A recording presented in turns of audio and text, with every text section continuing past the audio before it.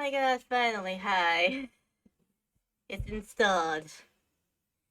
Thank goodness.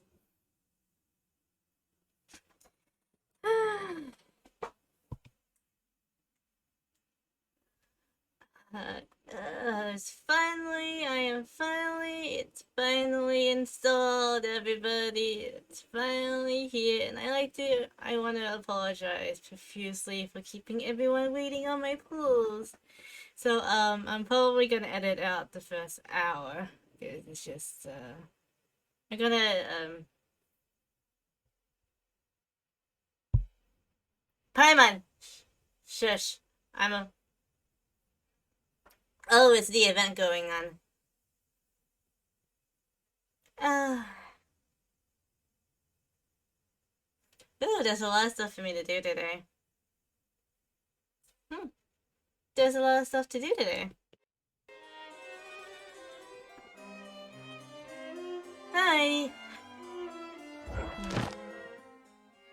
So, I think the point of call is do what I need to do with the story quests, for Navia, and then do the event. How long do I have of the event now? 16 days. Ayaka with a gun. Ah, yes. Ayaka with a gun. Alright, let's try her out first. Let's warm up. Cause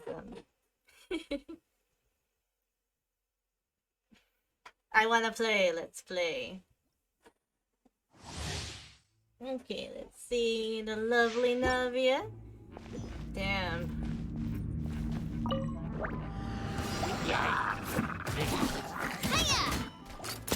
Ooh, okay. That's good.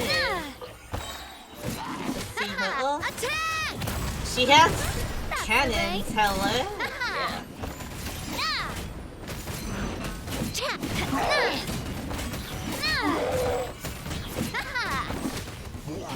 Solo with Navia. Kaboom. That's the way.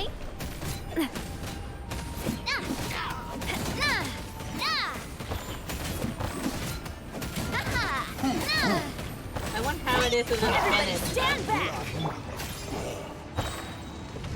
A proper send-off from Messina with love. Hey there!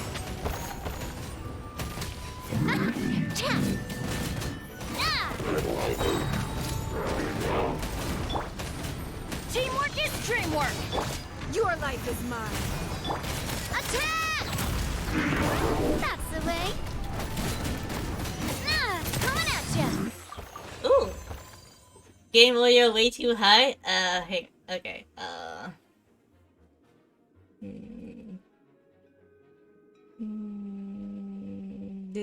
do.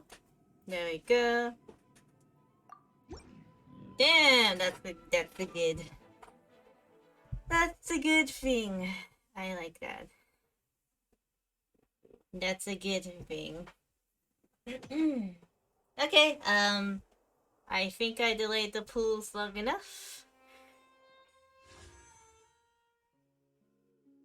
I don't think I have enough for that, so,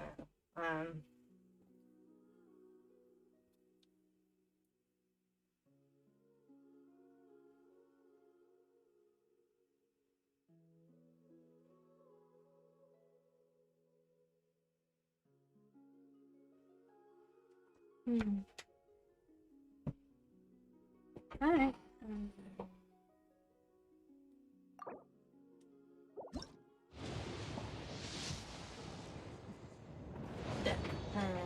Ten.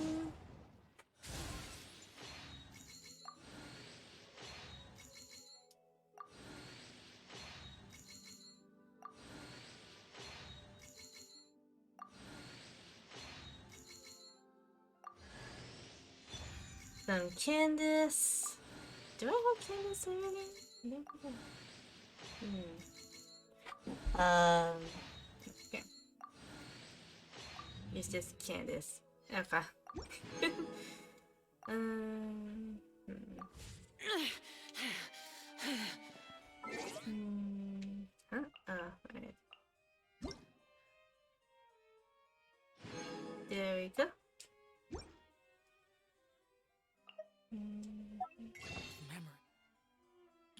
Yes, these memories are so dark. No way. Yeah.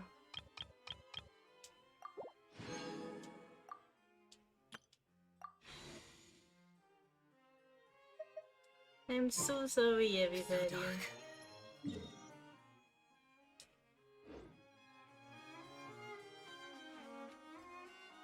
Alright.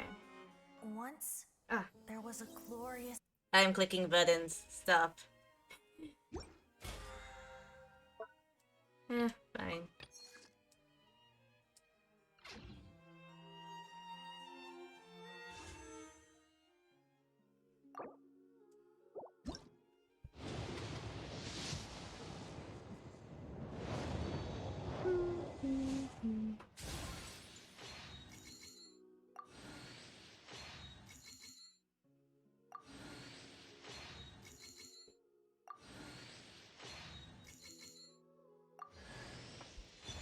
Another Rosaria? I think that's it with that one.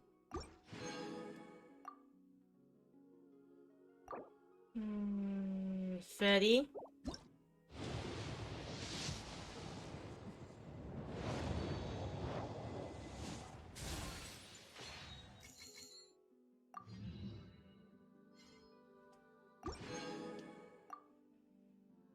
Uh, 40?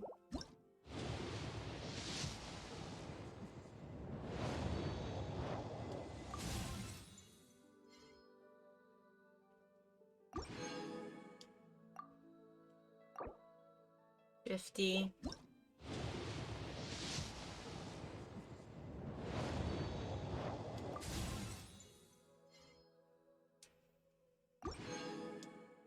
Mm, 60. Come on!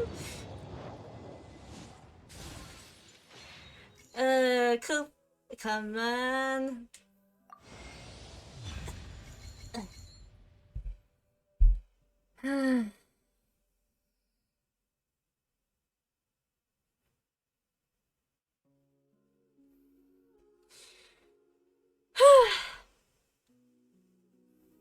Really? Another Chi-Chi?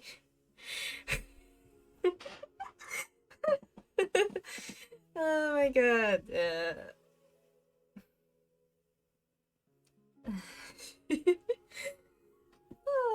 More pain. More pain.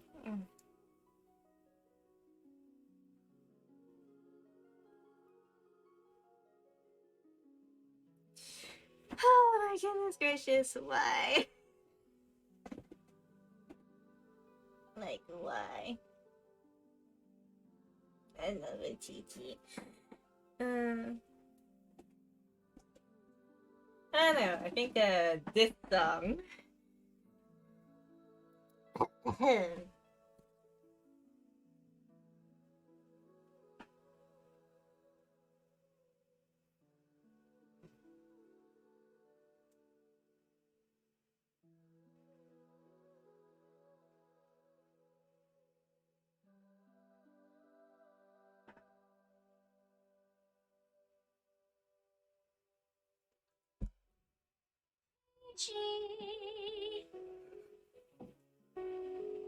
I pulled a Chi-Chi. I pulled a Chi-Chi. I'm not feeling very good. I pulled a Chi-Chi. Lost 50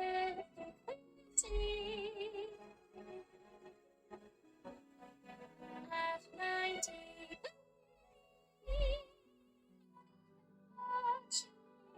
And now I'm out of pre-motor.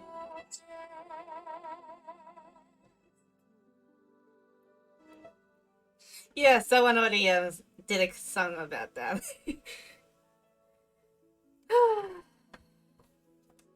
Well, I technically sub kitching for Mona, so, but yeah. Because I don't have Mona on this account. I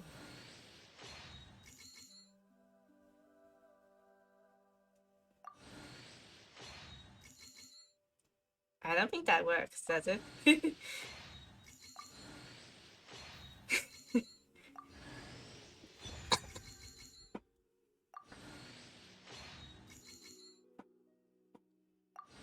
Yeah.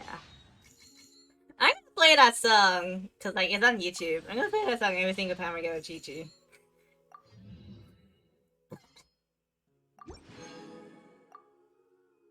Technically, I'm not out of Prima Gems, but I don't have enough for, like, another 10 pool. So,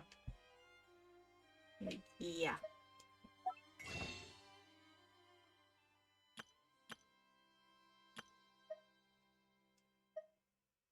Wait. That's only enough for 4. Are you clipping that? Oh my god.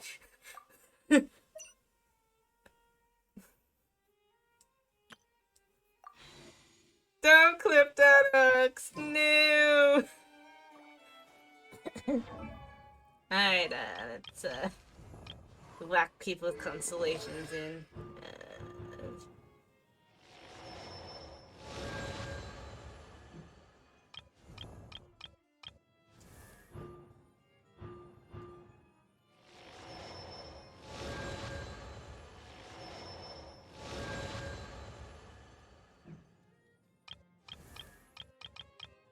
So yeah, here's C1 Chi-Chi. Okay, so when a hero first hits target, 2 energy.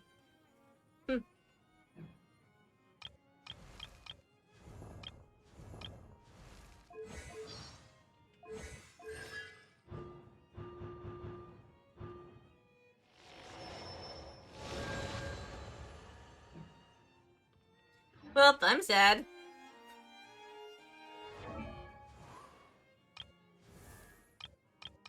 Yeah, that's another Candace Con.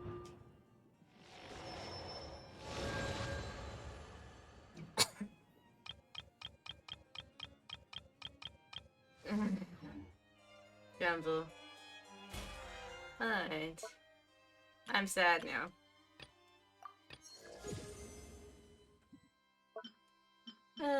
Copium. The damned will sooner die again than lay a hand on me.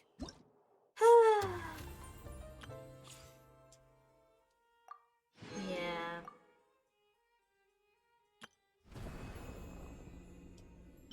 Oh. I have the Zhangli statue.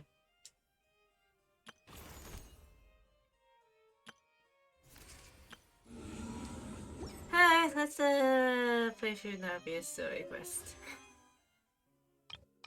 Yeah. Oh, I have Ayaya.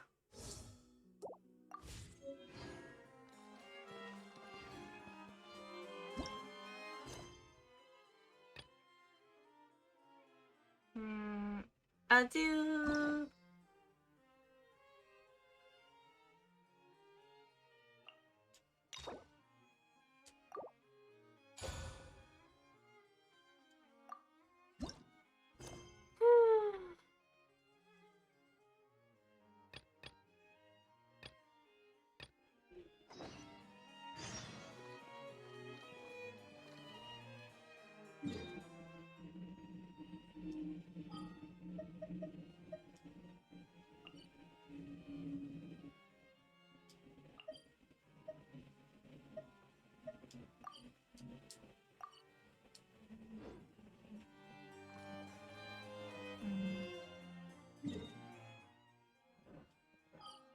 I'm fumbling the buttons today, aren't I?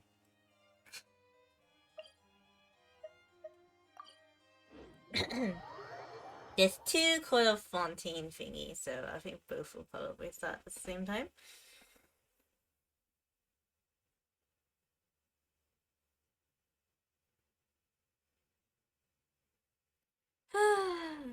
I'm not sure I put a Chi-Chi. I put a Chi-Chi. I put a Chi-Chi.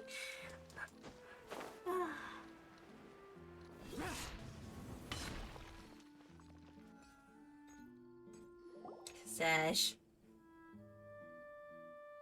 Well, if it isn't my dear partners. Navia, hi. Voice! It's Navia!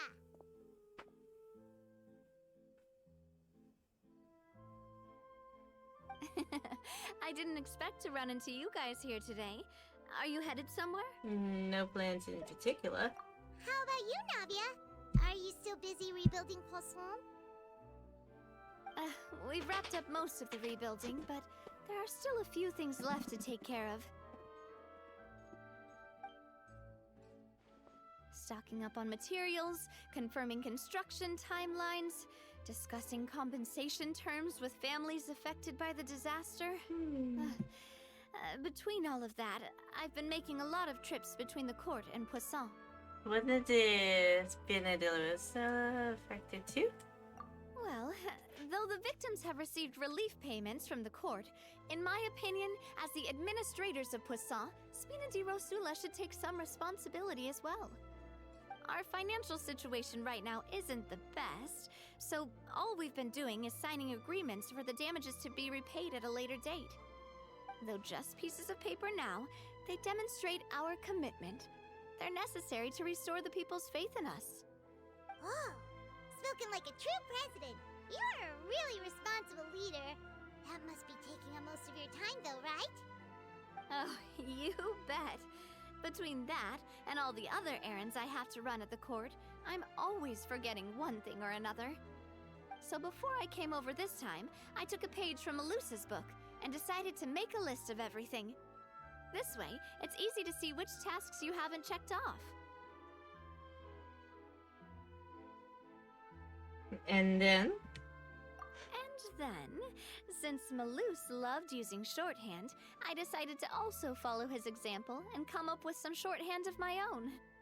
But after running a few errands in the city, I'm kind of struggling to even read my own handwriting anymore. That does sound like you, all right. So what kind of shorthand did you use? Oh, wanna take a look? Let Paimon see. Wait. There's nothing here but a bunch of weird symbols. This looks like a piece of kelp wrapped around a stick. And this other one, is it supposed to be a boar in a box? Something like that. The first one has to do with confirming the final payment amount for the fishermen, while the second one is a reminder to try the new burger that just hit the market. Okay, Paimon can definitely see how you might forget what each of these mean. Maybe we just don't like shorthand symbols next time? Thank you for your advice. These are the kinds of things you only really figure out once you've tried them out yourself. I thought that as long as I understood my shorthand when I came up with it, I'd be sure to remember the symbols when I looked at them later. Unfortunately, I've definitely proven myself wrong. Well, now you know for next time. Anyway, I should have already taken care of most of the things on the list. There are still a few symbols that I can't decipher, but I don't think they're anything too super important. Worst comes to worst, I'll just make another trip. Ah, so you're going to head back now? Yep, that's the plan. Oh, actually, since we talked about the reconstruction earlier, want to come with me and check out the town for yourself? Ew, shusha. You said you don't have any plans, right? So we can just catch a boat and head over. Ew. It won't take long at all. It's a bit sudden, but Paimon doesn't see why not. What do you think, Traveler? It'd be a pretty nice break, too. Then let's go. We'll take a boat over. Oh, you mean the Aquabus, right? Like the Clementine line? Oh, sorry. I meant our own boat. The Aquabus doesn't have a station near Poisson, so we'll use one of the Spina's boats. Sure. That sounds good to me. All right, follow me. I'll take you there.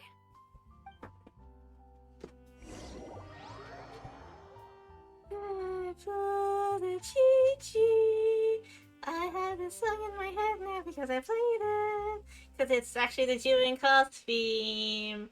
So every single time I'm now in Jewing Cast, I hear I pull the Chi-Chi all the time. The engineer is still doing a few routine safety checks. We can head out as soon as we get the green light. So, Paimon has always But wanted to... thank you for the person who sang that song. Thank you. I now have something to play when I pull a Chi-Chi. Yeah, that's right. Callus and Oopsie. Navia are self-explanatory, while Clementine was the name that my mother went by. Oh. If you provided the Mora to build the lines, then why isn't there even a dedicated line to Poisson? Spina di Rosula built all the lines, yet you still have to take a special boat just to go home. Paimon doesn't get it. Well, what I heard is that most of our businesses don't actually use Poisson as a hub, so there was no real reason to build a line straight to Poisson. You are right that it is a bit strange, though. If you've already committed to build 3 lines, why not just add a 4th? Yeah, that's what Paimon's saying. The Aquabus is so convenient, it's really a huge shame. Well, it is what it is. You know what my father was like. Even I often struggled to figure out what was going on in his head. Perhaps the rest of Spinner didn't see the point of having a wolf type? But that would only be the case if he cared about what others thought. My father was always really stubborn. Once he made up his mind, good luck getting him to change it. From what I've heard, the rights of all the other members of the Spina only went as far as giving him advice or suggestions, and no farther. That included my mother, too. Huh. Well, that explains why you weren't on the greatest of terms with him. Yeah, because I wouldn't just let him keep getting his way. He was just... not very agreeable. Boss, the boat's ready. We can head out. All right, then let's head out.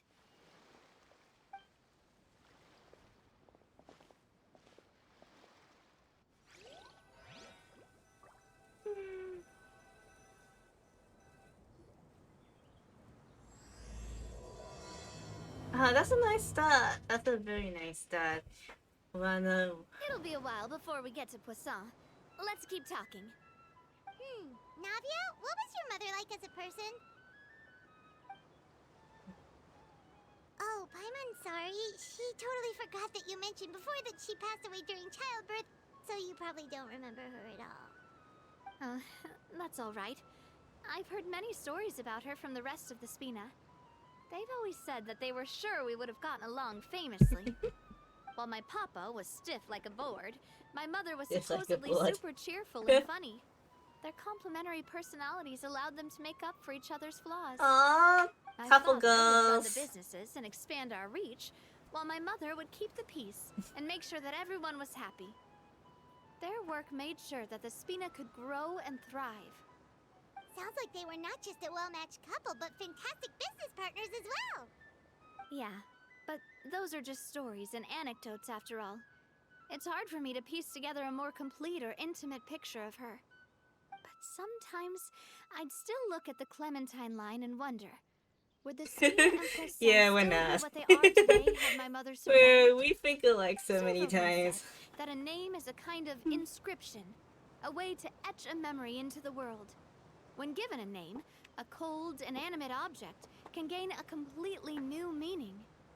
So, I will always associate the line with her in my heart. Aw, Over the past cute. few weeks, I've also begun to appreciate how water can take in and hold our most intense feelings and memories, as well as how one may reflect on their past by watching the sea. I've lost many beloved people and memories to the sea. Even though I cannot stop for them and must continue to keep moving, the fact won't change that they existed in my life and gave me the reason and motivation to move forward. Do you miss them? Always. But no matter what, we can't change the past. But I tell myself that I need to keep looking towards the future. Everyone, even my parents, have already overcome so many obstacles. Besides, I'm the president of Spina di Rosula. I've got to keep my chin up.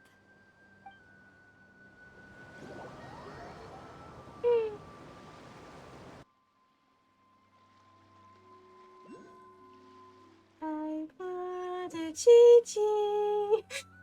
I can't get over that We've song. reached the shore. Let's go. I'll show you the new poisson. Okay. Ooh, new poisson.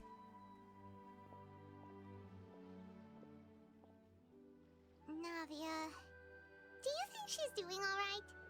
Hmm. She seems to be managing. Okay. Paimon supposes you're right. She's really been through a lot.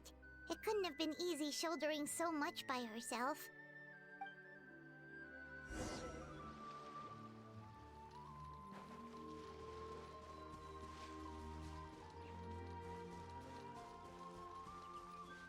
Entering poisson.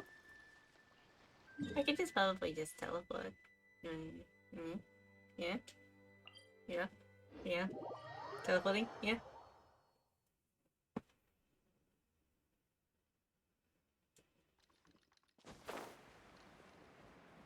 Gliding is faster. Uh-huh.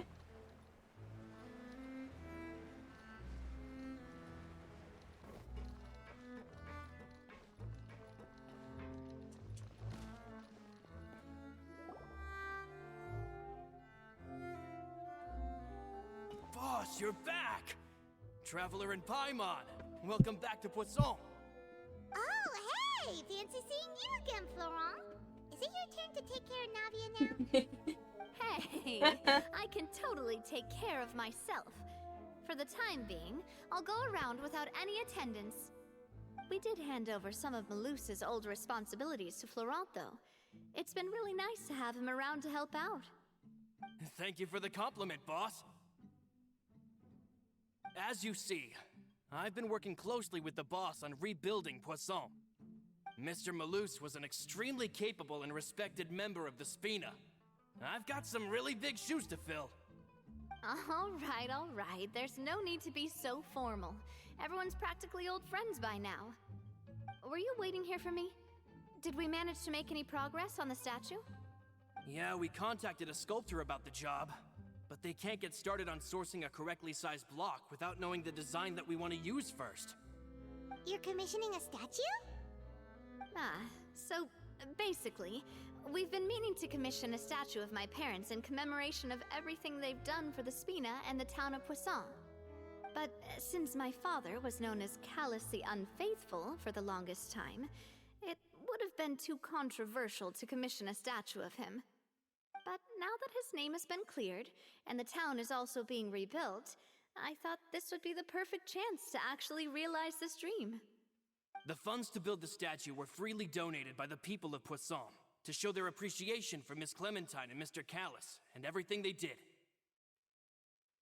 Shouldn't Navia be featured with them too? Me? I'm just the newbie president that's running around and causing everyone trouble. Maybe we can have this conversation again in a few decades, once I've done more for the town and the people. Hey, there's no need to be so humble. Didn't you just help save the entire country? I agree wholeheartedly. I also believe that Boss should have a place on the statue. Hey, if you keep inflating my ego like this, I might just float off into the sky with my parasol. Just kidding. There's no way that I'd accept that kind of compliment at face value. I think it's just... At a minimum, I'd have to match what my father did for the people. Yeah, I think it's just a matter of time. Thanks for the vote of confidence. I just don't think I'm ready yet. Hi. Anyway, Oh, hi, Florent, Tommy. it's up Welcome. to us to confirm the final design, right? Mm-hmm. We can ask the sculptor to start looking for a good block once we've decided on the poses for Miss Clementine and Mr. Callus. But we haven't had any real discussions yet on the possible designs. I feel like I should get a few promising designs first, and then send them over to you to review. There's no need for all that. Let's decide on a design right now. Hey, you! Come over here with me. What are you doing? Modeling How a are few you, poses, Tommy? Of course. Here, just pretend to be Callus, and I'll be Clementine. What? That's, Didn't you say on the boat that Callus and Clementine sounded like great partners? Well, then there's no one better to fill this role than my most valuable partner. Florent, let's grab some reference shots. You've got it, boss. I'll go get the camera. Camera of a king. Well, what do you think? Got any ideas? Shouldn't you be running this show? Well, I've actually discussed it a bit with Florent before, but I could never come up with any fresh or original ideas. It's probably because my idea of them is Overwatch. already kind of set in stone. Yeah, it I want does. to pick your brain for Yeah. a bit and see if you can come It up with some new and does. interesting ideas. I'm all good here, boss. Feel free to start posing whenever.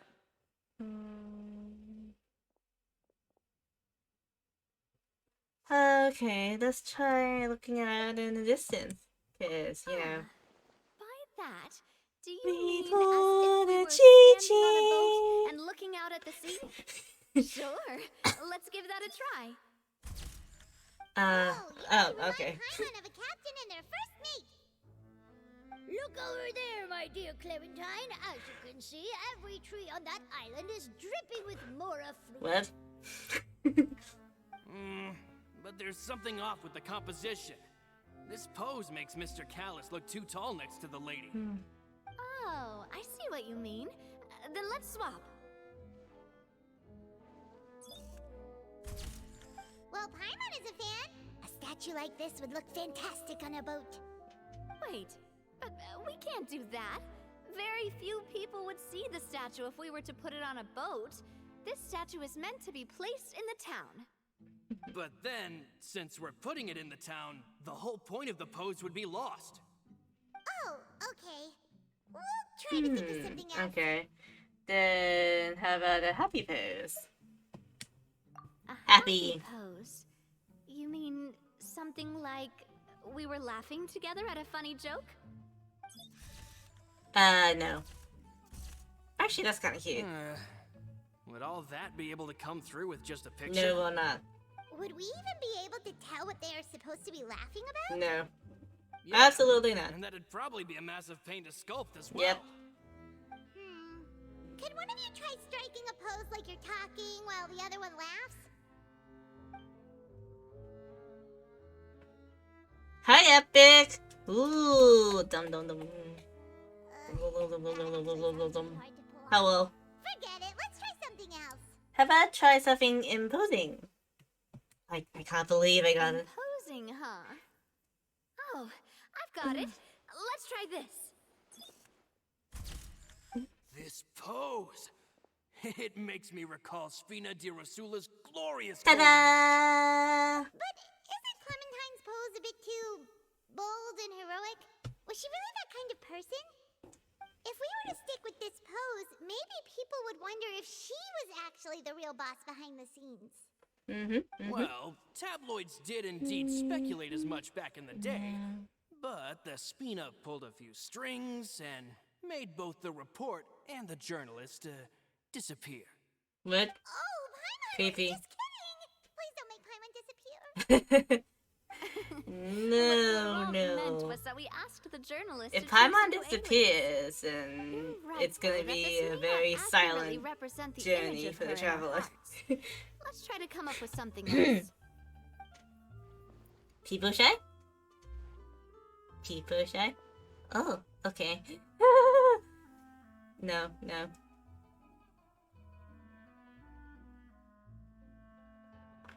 I was stumbling around like cosplay sites, and one of the cosplay stores has Paimon's all out of brain juice now, too. Navia's umbrella as a Oh, prop. don't worry. We still got a lot of reference Oh. shots out of the session. Okay. And each of them can be considered to be a souvenir in their own right. Let's just keep the ideas we tried as backups. Man, if I knew I was going to do a photo shoot with the Traveler, I would have prepared a lot of outfits and props ahead of time. Oh, outfits! Ugh, that's the errand I forgot back in the city. Do either of you still remember that girl? The girl I went to see with you two. Her name is Adele. Oh.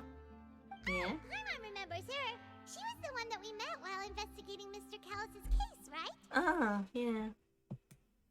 Yes, that's exactly who I'm talking about. So, after the case, she was finally willing to talk to me, and she told me that she wanted to join the Spina too. I said that it's fine, but young children are not allowed to join the Spina. She will just have to wait a few years, and then we'll welcome her with open arms. Since she's still a child, though, she thought I was just trying to let her down gently. But how could I get her to believe that I meant what I said? In the end, I came up with an idea. I'd have a Spina uniform made and give it to her as a gift. But I got so busy and distracted in the city that I forgot to pick the uniform up. So I did forget something important after all. Don't worry, boss. I can send someone to pick it up right away. On the matter of the statue, we should still come up with a few more ideas for the design. I'll have to trouble you to source some for me. We could have just done that from the start. Yeah, you're right. They'll have some value as souvenirs at least.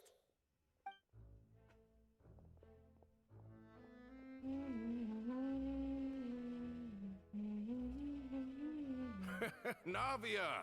Florent, guess who's back? Huh?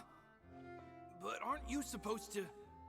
Oh, well, if it isn't Coulter. Back already from the Fortress of Meripede? That's right. I finally finished serving my time. Gotta say, turns out I was a lot tougher than I thought. After I got out, I immediately made a beeline back to Poisson. You could say that familiar, briny smell became a primal call, urging me to forget everything else and just come back home.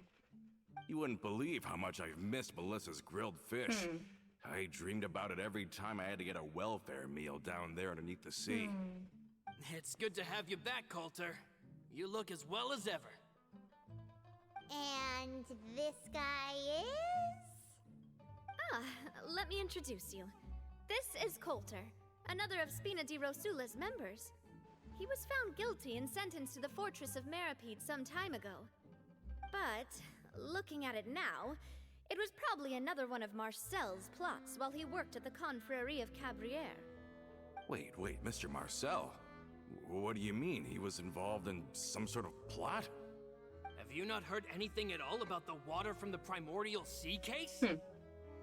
Well, I know that Fontaine got flooded, but then the water levels miraculously receded. I thought that was all there was to it and didn't care to ask for any more details. Do you mean Mr. Marcel was somehow involved with all that? Oh, looks like we'll have to explain everything from the top. That case, a lot of things have happened in Poisson since then. First things first, let me introduce you to these two. They're my most trusted partners, and they've been with me through thick and thin. Now you could call them Spina di Rosula's VIP helpers. Oh, nice to meet you. I I don't recall excuse me. Navia ever generously complimenting anyone like that Excuse me. before. So you must be pretty amazing to get that from her. Yeah, we are indeed pretty amazing. But we've been cool since before we even met her. We just followed Navia's lead. Humble again as always, I see. Even when I was totally sincere with my praise. Nice. Spina di Rosula always seems to attract great people. Oh, that reminds me. Where are Malus and Silver? Aren't they always by your Oh, side? dude. About that. Coulter, a lot of things happened while you were gone. As you can see, even Poisson isn't quite the same as I keep on how it jumping was before things. you left. Hello, They Lucy. lost their lives, keeping me safe during the flood. What did you say? Hmm? This isn't some kind of morbid welcome home prank, right? You're just scaring me on purpose because I don't know anything about what's happened. Nope, she's not lying. I'm sorry, but it's the truth. They weren't the only people we lost either. Many others, including Melissa, also lost their lives in the disaster. Malus and Melissa, dead. They're just gone? Mm-hmm. Malus. I was planning to give him a surprise gift once I ran into him again in town. I can't believe it. Hey! keep it together. Malus and Coulter were friends for many years, and even served on many missions together during the early days of the Spina. I can understand how he feels. Let's sit down somewhere, so I can tell you everything that has happened while you were gone. Fair warning, there was a lot. A lot. Okay. If you need some tissues afterwards to make that. I need to find something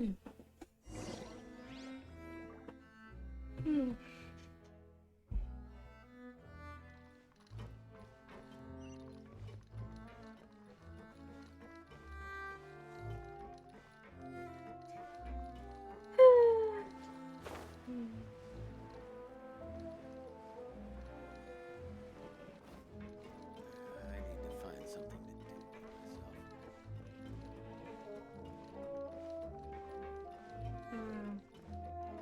Technically, gliding is faster, but I don't think there's a way.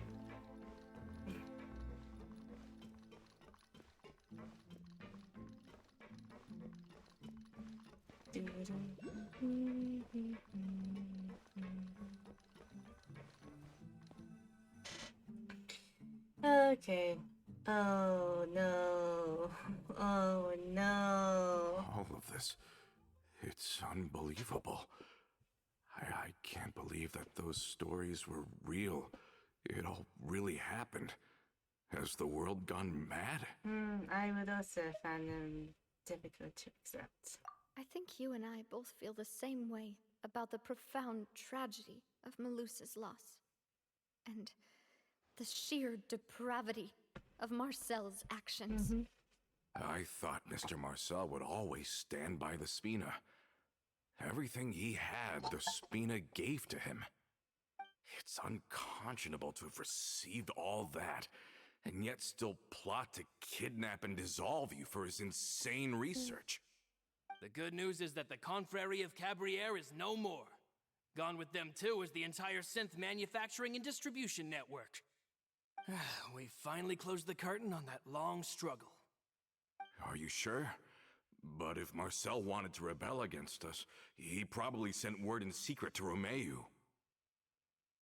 Romu? Well, who? Not a name I've heard before either. Florent should remember him.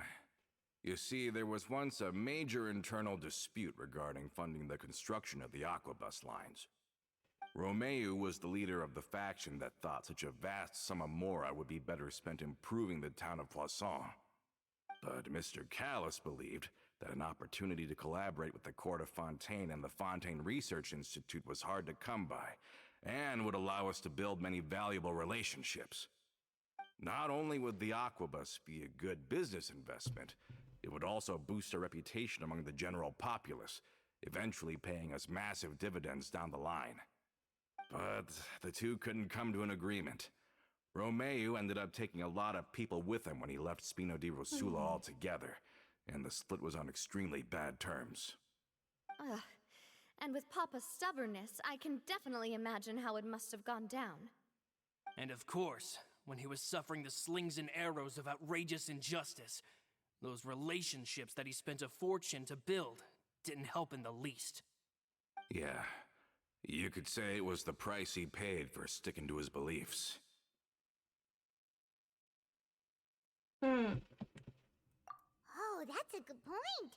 If Callis was really as stubborn as you say, then wouldn't he have argued with the rank and file all the time? Oh yeah, it eventually became a thing that just happened on every day that ended with Y. Every But day that Navia, ended with Y? I mean, boss. Isn't you that might just not know this, every but day? He wasn't always like that.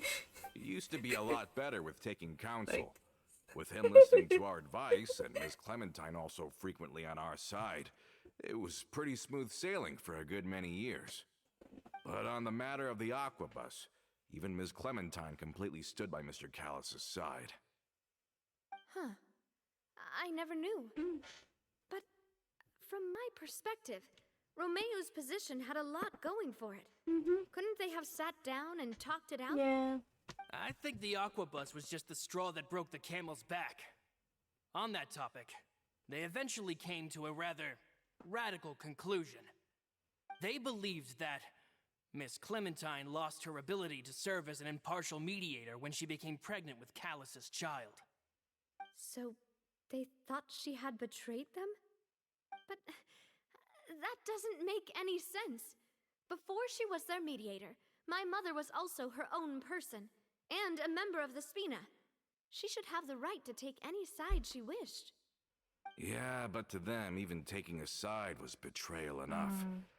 They felt like their voices could no longer be heard once their sole mediator had gone over to the other side.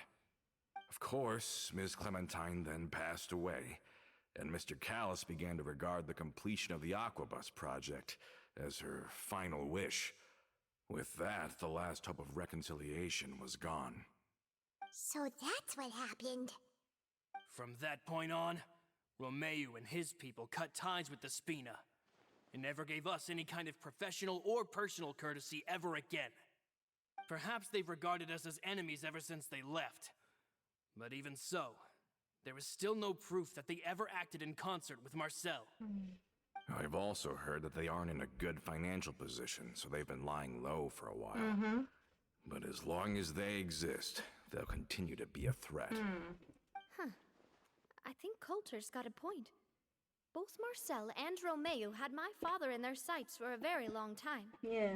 Even though Marcel's faction has been dissolved, we still don't know anything about Romeu's whereabouts. If they're still trying to get revenge on us, with how distracted and vulnerable we are, now would be the best time. Good thinking, boss. We should keep an eye on them at all times. I'll let my men know right away. Thank you for that, Florent. And Coulter, thank you for telling me about this as well. Don't worry, it's nothing. Do you have a moment right now? How about we go out for a walk? I've heard so many incredulous things today. I'm finding it a bit hard to calm down even now. I mean, to think that I'll just never see them again. Yeah. In that case, why don't we go back to the court? I can pick up Adele's uniform while we're there as well. It'll save Laurent's guys a trip. Want to come with me again, you two? Sure. You don't mind, do you, Coulter? Of course. That's fine by me. Then let's go! Paimon feels like a lot's hinging on this visit. Yep. We really are the best of partners. Come on, let's go.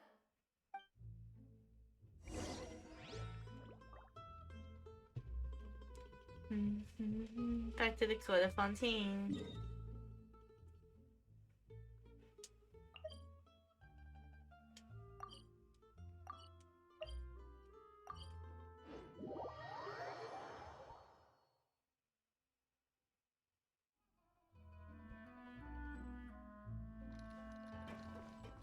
By that, we're going up.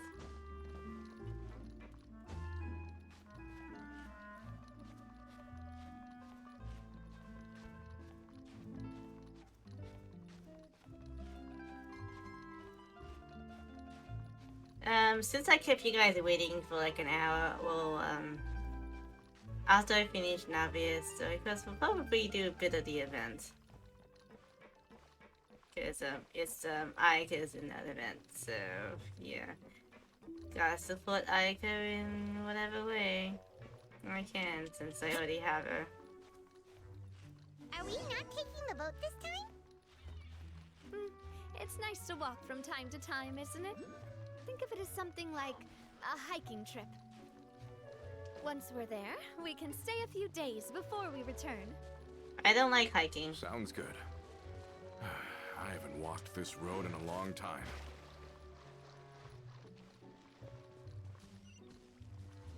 I don't like hiking.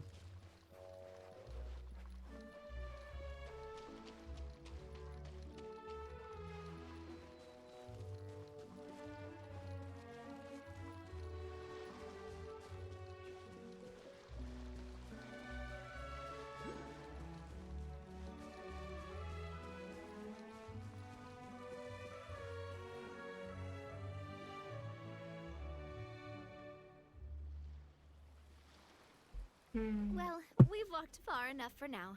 Let's take a break. Since we're out for a walk, we shouldn't stress too much about the destination. I've grown old, so I'm not as fit as before. It's a good thing that at least my work down in the fortress was quite the workout. Well, Paimon thinks you're doing great. We didn't have to slow down for you at all. Back in the days before the aquabus lines were built, we often had to hike north with our goods, then catch a boat to the court. Malus and I must have traveled this way hundreds of times. When we were tired, we would lay down for a while on the grass, and when we were hungry, we'd catch a fish or two. The Spina was still on the rise back then. Mr. Callis was generous, and everyone had the chance to strike it rich. So, of course, we all worked really hard. And now, in the blink of an eye, the aquabus lines have been built, and this road has fallen into disuse. I don't really think that's a bad thing, though. Oh, I know. I was just being a little nostalgic. Then let's stay here a bit longer. Anyone want snacks? Ooh, I'm down for snacks. Oh, is this another chance to try some of Navia's macarons? Paimon's been dreaming of them. Yep, I figured you wouldn't say no to a few more. Oh, wait. Let me check if I have all the ingredients. Malus and Silver used to take care of tasks like this. Okay, the stove's looking good. And as for the ingredients, seems like we're all out of flour and sugar. The two most important ingredients of all. Should I go get some? Oh, would you? Oh, but it would be too much to ask you to go on a trip just for those.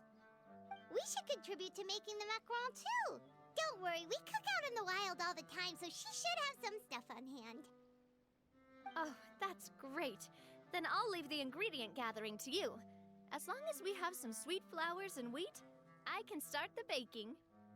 Then I'll go look for some boxes nearby for a makeshift table and chairs. Great. Then I'll prep the stove. Let's get to work, everyone.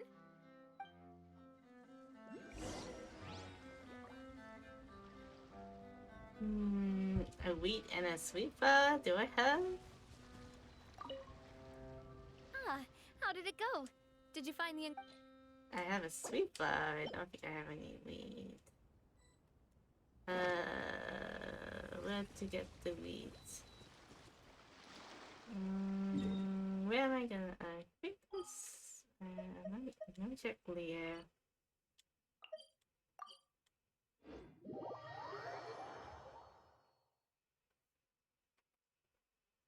Let me check Leah.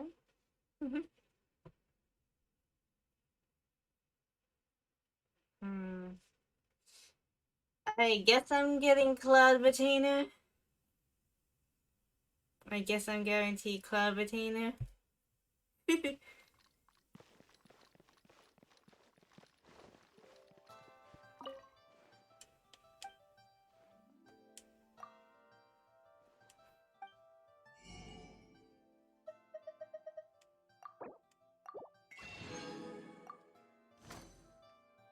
I mean, the Navia's banner.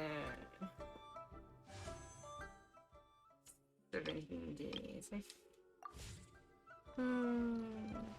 I mean, if I do the event, all the events this patch, maybe I can scrape up another.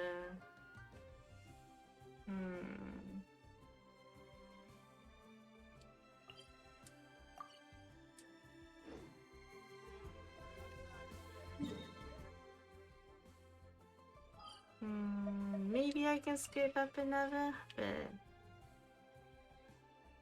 we'll see about that.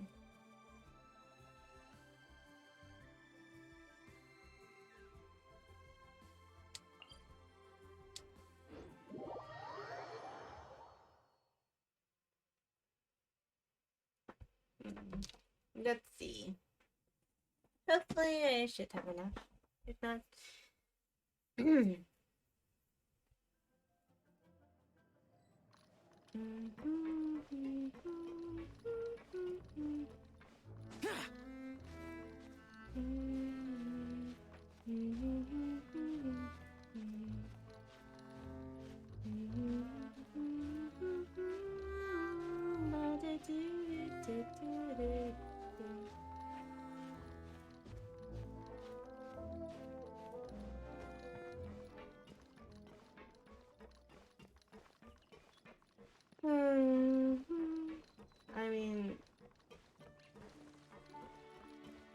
I also lost the 50-50 on my NN account and got D-Luke. I did actually have enough to get her on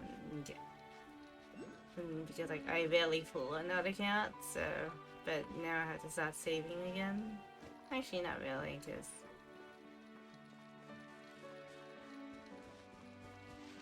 that account is just like perfect the way it is with my Aika, Kukumi, and Kazuha and Shenhe as my main team over there.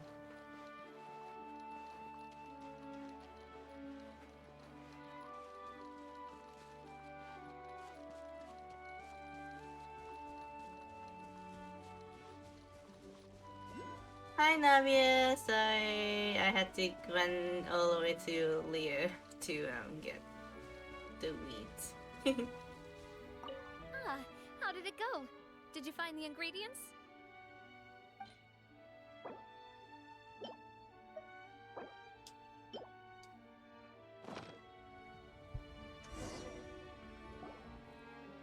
You've all done your part. Just leave the rest to me. Whoa, these macarons look and taste magnificent! I want some Your macarons. cookie is as good as ever, Navia. Boss's baking skills have always been famous. Everyone in the Spina knows how exceptionally talented she is. Oh, it's just a hobby. There's no need to praise me for it like that. Have you two seriously never considered joining us? You're so close to the boss, and she obviously trusts you with all her heart, so... There's some important things that we must do. Oh, I see. Is that why you have to always stay on the road? You just happened to walk in on our little reunion. It's actually been quite a while since we last spent time together. Adventurers never stay in one place for long. The name of Spina di Rosula would just tie them down. Besides, after everything we've been through together, I'm sure our hearts would remain intertwined even if we found ourselves on opposite sides of the world.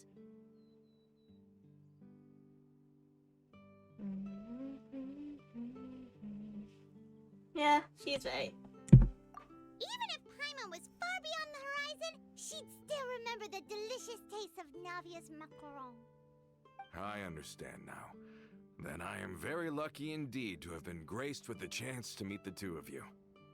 I will endeavor to make the most of this short yet fortuitous encounter, and enjoy every moment we spend together. We've got no wine with us, but let's still toast with water, in celebration of this moment. Toasting with wine?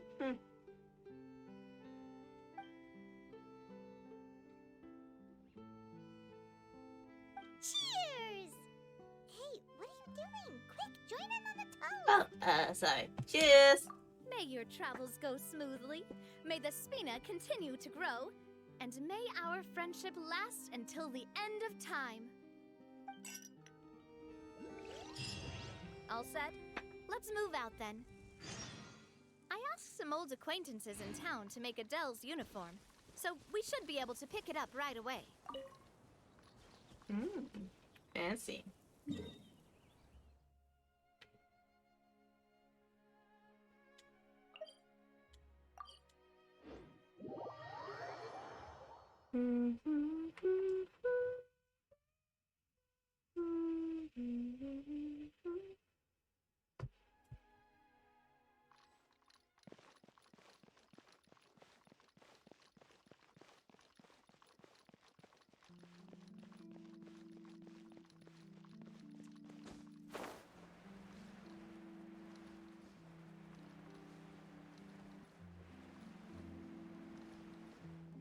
No way! I'm not guessing. Fresh fruit, sweeter than syrup.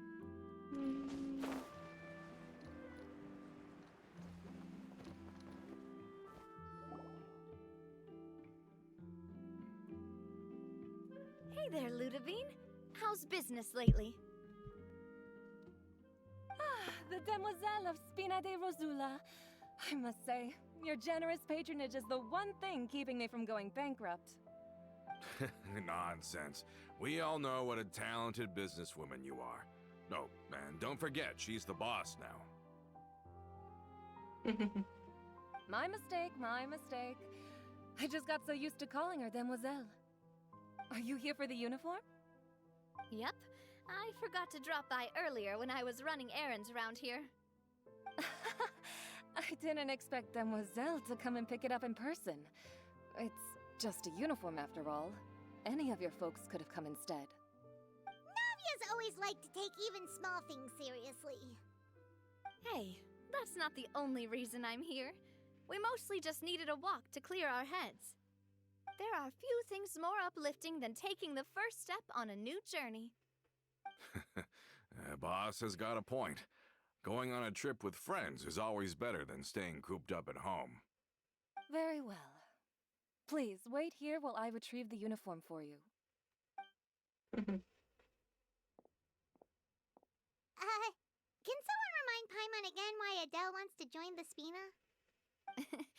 She hasn't given me any concrete reasons. All she says is that she really looks up to me. After we cleared her father's name, she became a lot more cheerful and outgoing. It's probably because she now knows for sure that her father was never a bad person. She said she used to be terrified of Papa, so as a result, she found all the rest of the Spina super scary as well. But the Spina is very different now. She mustered up the courage to talk to me, and felt like I could really understand her. Yeah, you could say that. By uncovering the truth about the case, I was able to give her closure at the same time. She said that she wanted to become someone like me. Someone who could lend a hand to others, instead of standing still and waiting for others to help her. From the sound of it, she'll be a wonderful addition to the Spina. I think so too. But for now, let's focus on giving her a great atmosphere to grow and thrive. She can commit to us once she's older, and can really make that decision for herself.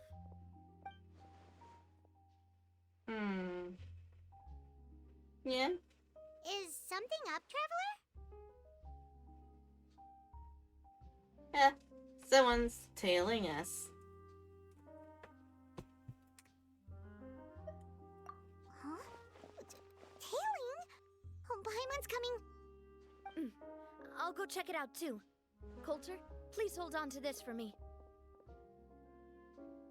All right. Paimon saw them too. They headed up. Stop right there!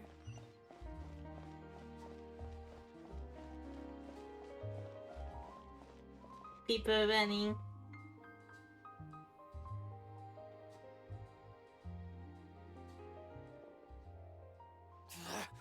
We knew you were going to be difficult! Seems like if we want them to talk, we're gonna need to teach them a lesson first. Brothers, there's no need to skulk in the dark anymore. Let's take them out! Yeah. Bring it on.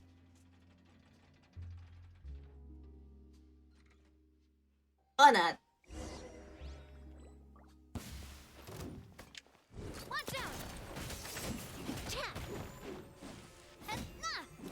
Let's solo with Navia.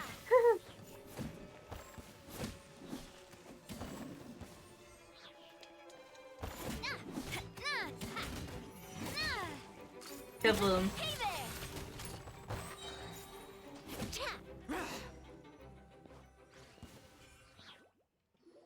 there! Now, talk. Who are you? And why were you tailing us? Don't think we'll let you off easy if you keep silent.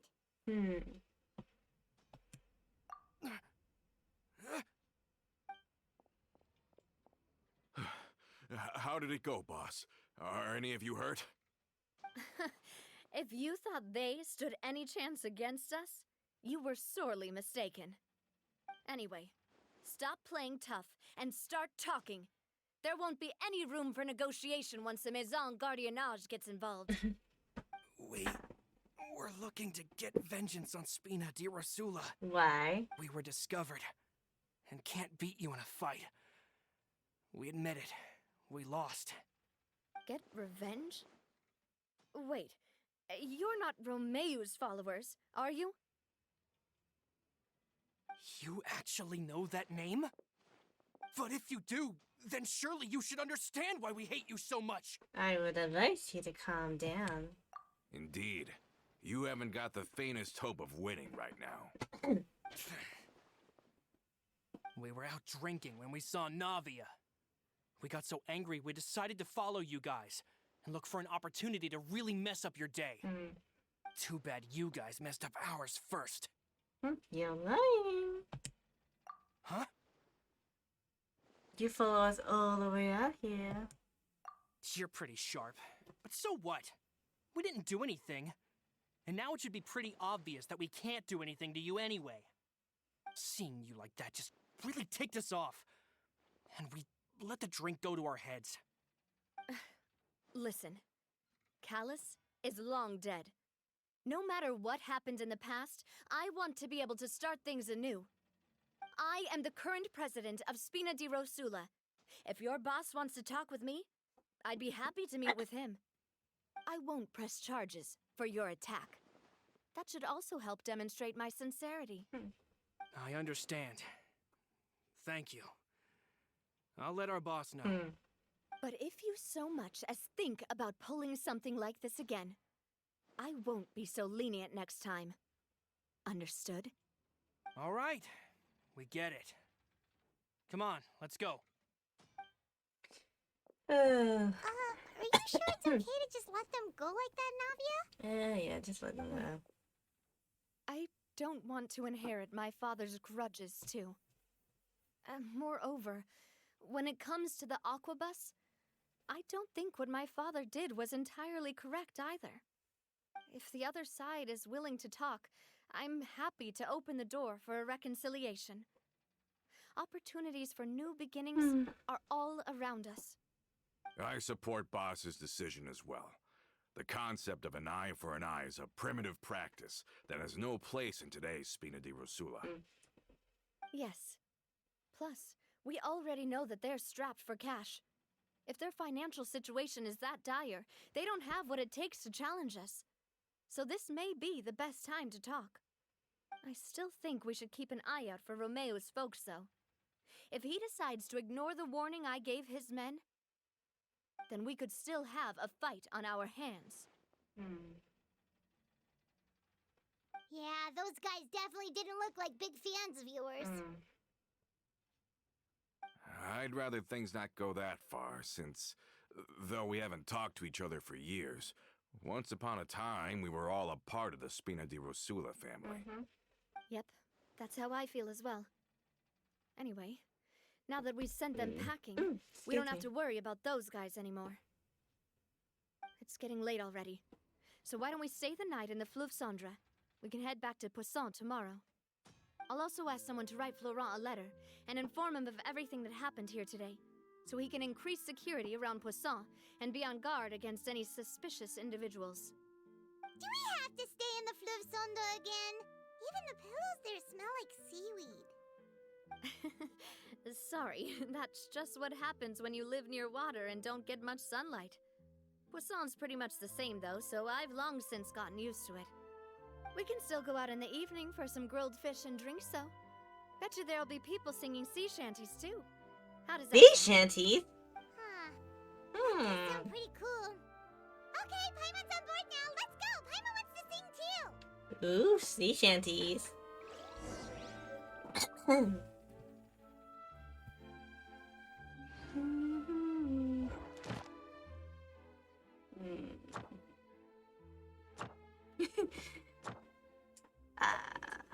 Prima gems.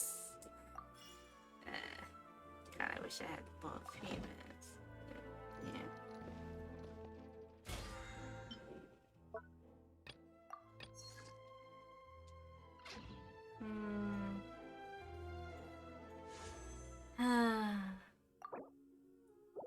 Now I'm out of Prima gems.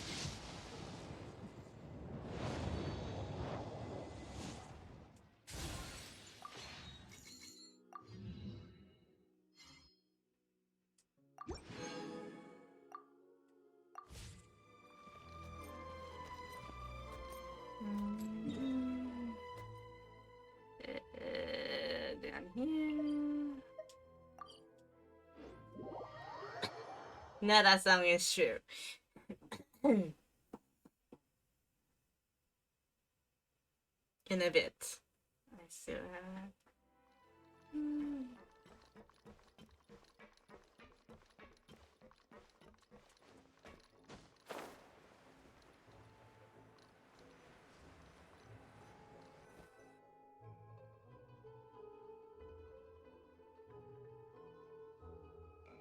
Coming back here really does feel like this place is starting to grow on Paimon. If you think about it, it would be kind of weird if the Spina's base at the court was some super luxurious building like the Palais Mermonia. Totally. Right on the money, Paimon. Although, of course, with the continued growth of the Spina, Papa wanted Poisson to eventually grow into a metropolis, not unlike the court. He was a very ambitious man, who rarely looked behind or beneath him. For better or worse, that always made him stand out from the crowd. And that's also why people hated him just as much as they loved him. All right. Why don't you go wait for me at the restaurant? I'll go do some prep and I'll get someone to tidy up your room while I'm at it. You can use the same room as last time. You still remember the room number, yeah? Uh-huh. Yep. Kinda hard to forget when there are only so many rooms here after all. Oh, did I just hear someone taking a dig at Fleuve Cendra? I'll tell my guys to stuff your pillows full of actual seaweed right now. Sheesh. Sorry! Please have mercy, Navia! If you do that, then Paimon really won't be able to sleep at all! I was just kidding. Be on your way now.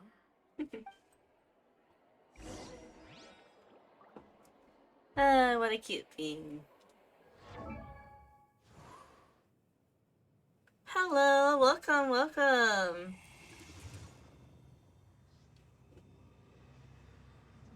Welcome, Leo, welcome.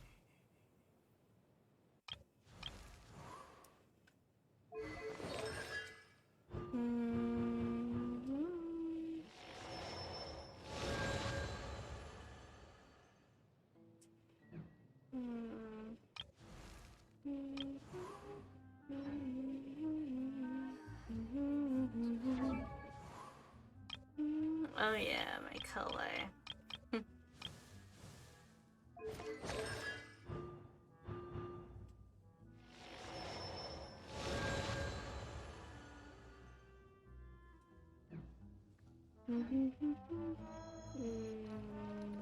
Where? We had to sit down?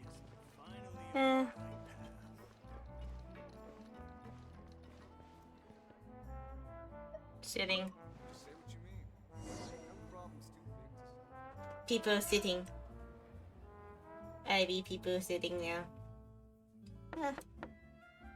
Hello? Are you asleep yet? Yeah? Did something happen? No, not at all. I just figured that since we don't get to enjoy nights like these very often, we should try to enjoy it to the fullest. Wanna go fishing? I've got some rods and lures ready. Oh, so that's the prep you were talking about. Sure, we'll come.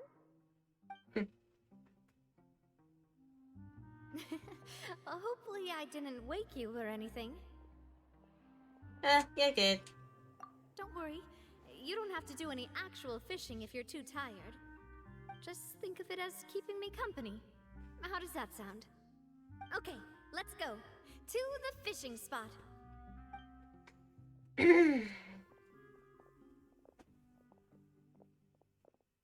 Fishing spot. I like fish. Fishing. I haven't been fishing in a while.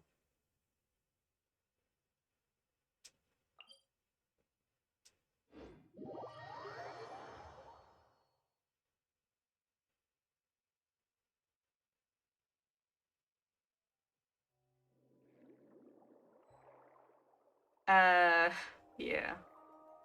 When Navia says fishing, I don't think this is what she meant.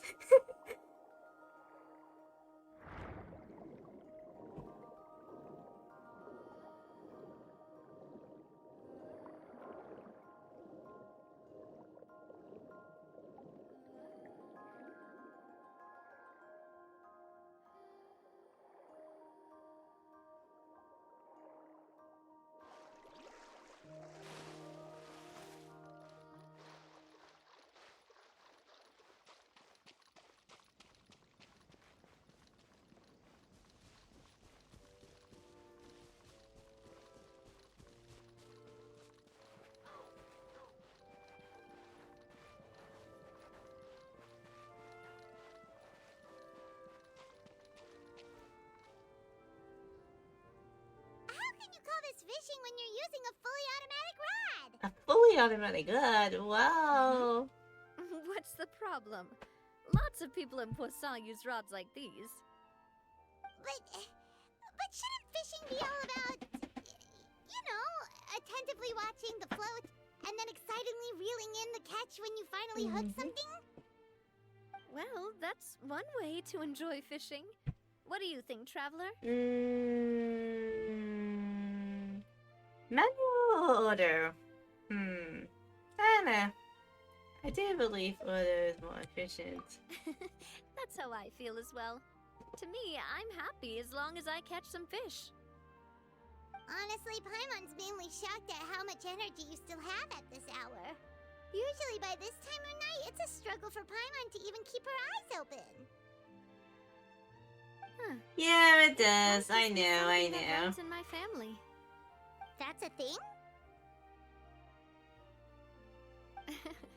I'm sure you'd get even sleepier if I delved more deeply into it.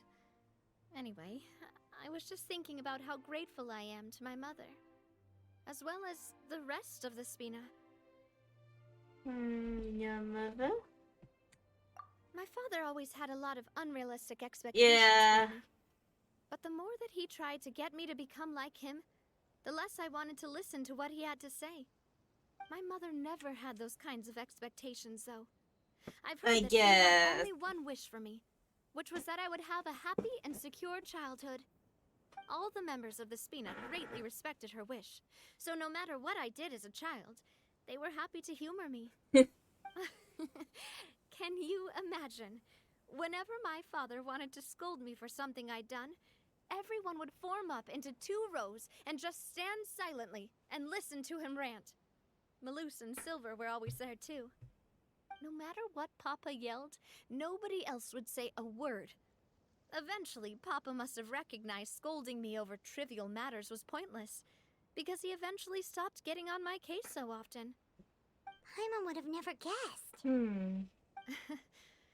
Yeah. Looking back on it now as an adult, I can hardly believe how patient and kind everyone was. When I was young, I often thought that I could do whatever I wanted, because there'd always be someone there to clean up after me. But once, I saw Malouse come back wounded. He wouldn't tell me how he'd been injured, but I could tell it had something to do with me. I learned then that there's always a cost to making a mistake. The more you care about those around you, the more you should care about doing the right thing to the best of your abilities. Because if you do falter, there'll inevitably come a time when you'll have to face the consequences. And when that time comes, those most precious to you really will throw themselves in front of you and pay the price for your mistakes. It must still be really hard for you. Sorry. Sorry. I shouldn't have brought that up. I wasn't planning to talk about sad things tonight. Basically, I was just saying that the nurturing atmosphere of the Spina must have been my mother's legacy, rather than my father's. And if that's the only way that I can continue to feel her love, then I'd like to pass that warmth on. Is that why you let those guys go today? Although, maybe there's a part of not wanting to repeat the mistakes of the past. I want to be reasonable, at least. Hey, look! I think you've got something on the line! Yes. But why isn't the rod automatically reeling it in? Oh, there must be something wrong with how I installed the mechanism. It was my first time putting one of those rods together. I guess, Can't let it get away. Come on, you two. Let's catch it. okay. You want Paimon to help too? Yeah.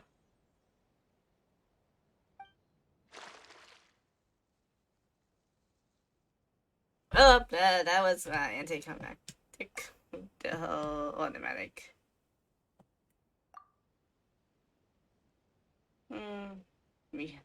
Navia's upset about her bad luck.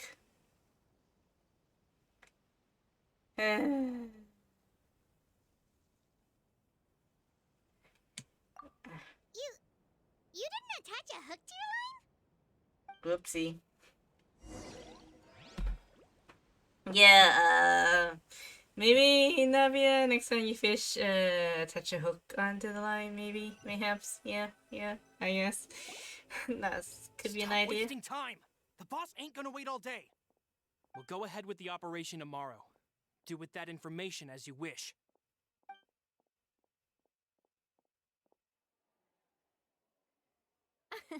Well, your rod was missing a part too, so I guess that makes it fair. Well, if we're just talking about the number of missing parts, sure. Oh, never mind. Paimon really can't keep her eyes open. Damn it, Paima, you made me yawn too. All right, go to bed. I had a great time today. Or maybe just work is catching up to me. See you tomorrow.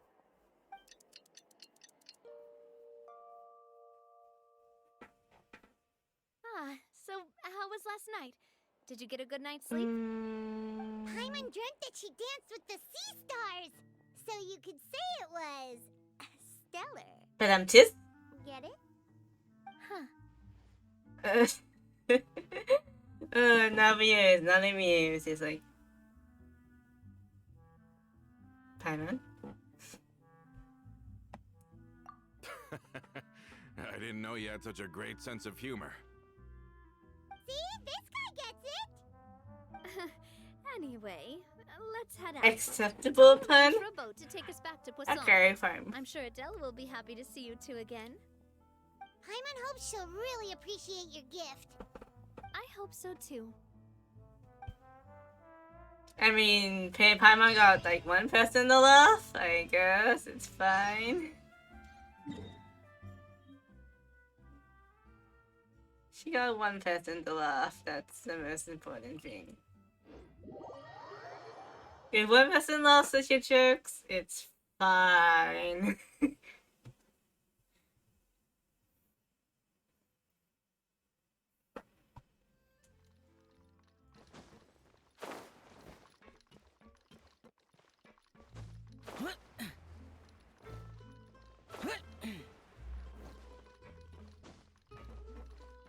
Oh. Yeah, that too. That too.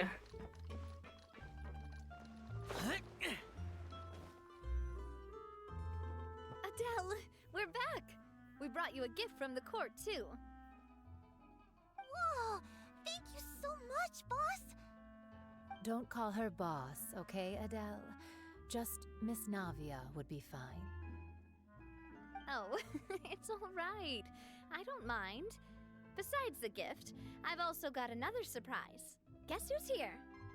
It's been a while! Hello again. Oh, it's you two. It has been a while indeed. Thank you so much for your help on Jacques' case. I've heard that you also helped save all of Fontaine. You're truly just like the great heroes of legend. You're really amazing! And if Miss Navia's your friend, then she must be super amazing too! What's in this thing? Can I look? Of course. Go ahead. Oh. It's a Spina di Rosula uniform! Is it for me? But isn't it a bit big? You go into it. Well, it's a gift for future you. When you first told me that you were interested in joining the Spina, I was overjoyed. But it's the Spina's responsibility to protect everyone as well. Being a member means becoming involved in all kinds of dangerous situations. And since you're still young, I don't want your mom to have to worry about your safety. So I turned you down then by telling you that you'll have to wait until you're older. But this uniform is a promise that you can join us once you're old enough to wear it. Oh, so that's it! Well, thank you so much, Miss Navia! I'll work hard and grow up as fast as I can! Don't grow up too quickly, kid. But you can't really grow up faster by working hard. You've got to be patient. Everyone, I'm really grateful that you remembered my daughter's wish and took it seriously. Thanks to the protection of the Spina, even though her father's no longer with us, we've still felt plenty of warmth and security. Oh, it's the least we could do. As long as you live in Poisson, even if you're not an official member, you're still part of the family. Boss! Huh? Is something up, Florent? I've got something urgent to report. Romeu and his folks have gathered outside Poisson and even shipped in a huge pile of explosives. What? Explosives? What do they want? It seems like they've been planning this for some time. We started investigating as soon as we received your letter yesterday. But Romeu and his folks must have gotten wind as well, because they abandoned their former posts before we could even check on them. We investigated their tracks and found out that they're after Poisson. Could they have smartened up since we caught them red-handed at the court? Seems like they've got no interest in sitting down and talking at all. We should have gone straight to the Maison Gardiennage. Sorry, I underestimated the situation. Well, too late now, I suppose. Florent, where are they keeping their explosives? On the hill to the east of Poisson, near the Clementine line. Wait, that could mean... They want to blow up the Clementine line? Certainly sounds like it. Romeu and his followers hate the Spina and everything to do with Callus. And the Aquabus was the source of their contention. If they manage to blow up the Aquabus line, all that rubble will come crashing down the hill and straight into Poisson. Are they insane? There's tons of innocent people in Poisson! Yeah. If they've been planning this for ages, they're definitely not going to let this opportunity slip by.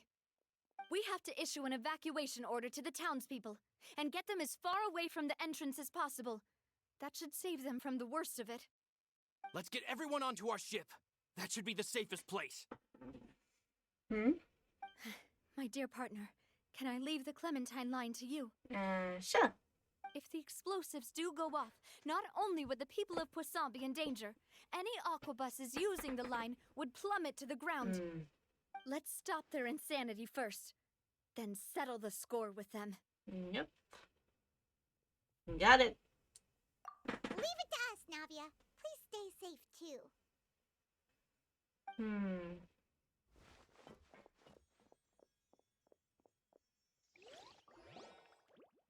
Let's go, you two. We've got to act fast. Miss Coralie, please take Adele to the ship. What? Watch out, boss!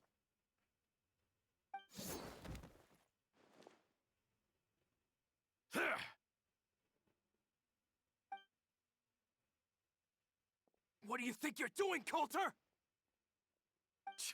I thought all the annoying little hindrances had left, but I still couldn't get rid of you. You mean this was all a trick? So that you'd be left alone with me? Coulter, are you with Romeu too? Oh. I get it now. You knew about their plans all along.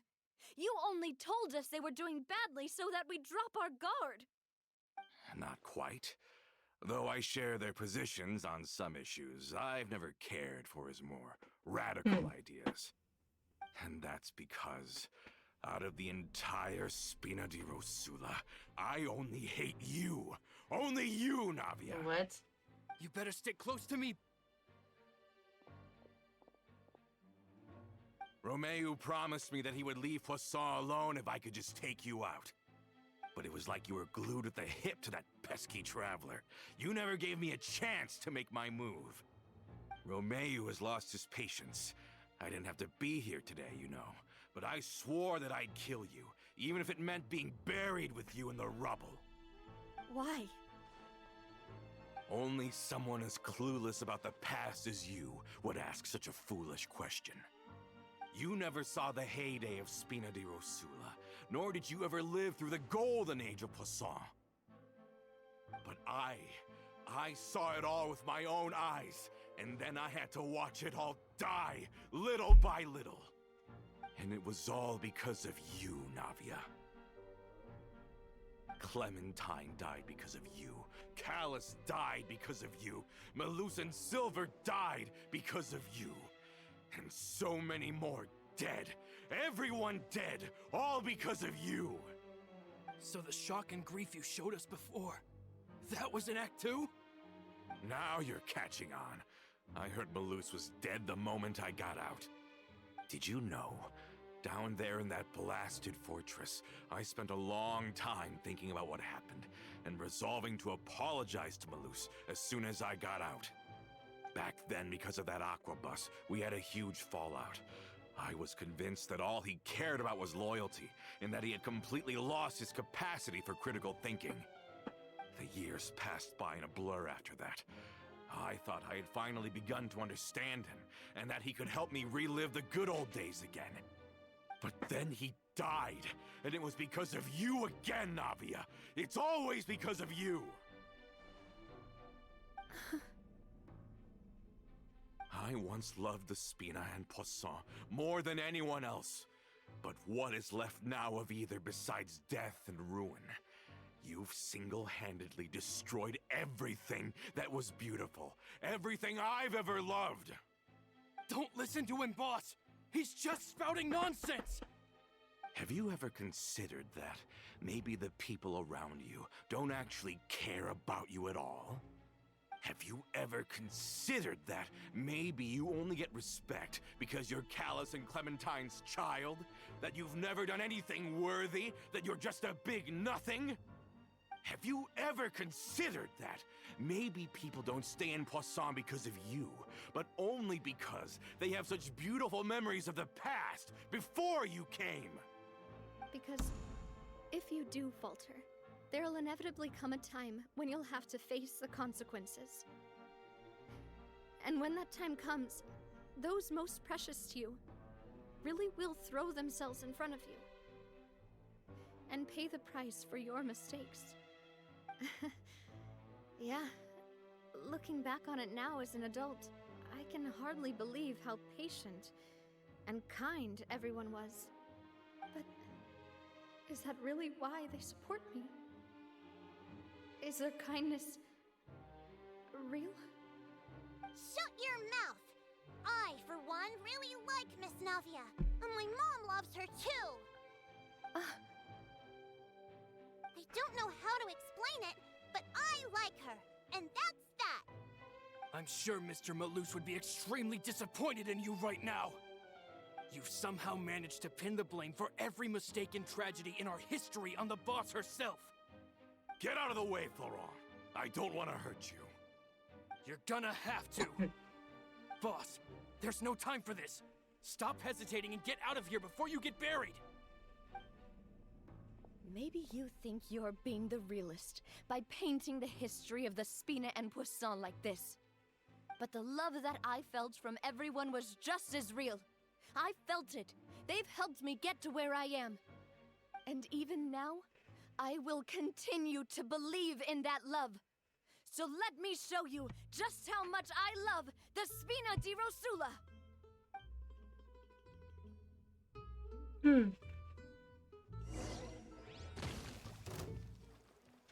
Watch out!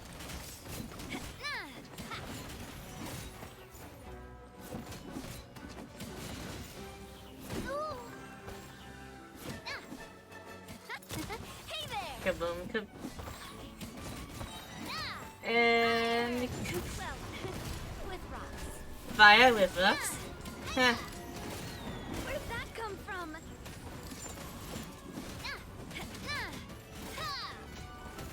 Watch out!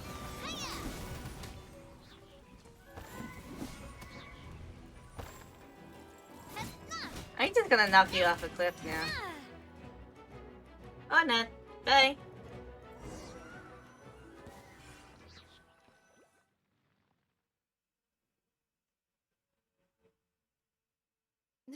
Florent, I'll leave the town to you.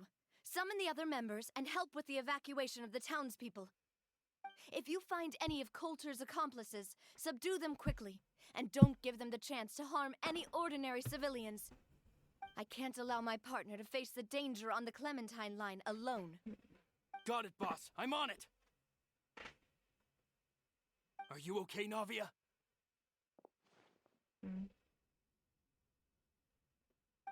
I don't know, but I have to go. While earlier. Let's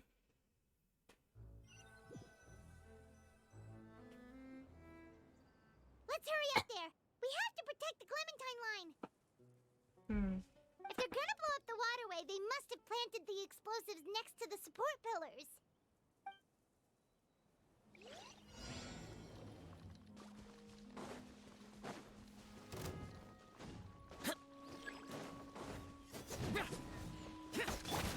Coming to be. Absorption test. Animal test 6308. Swirl, Mark 2.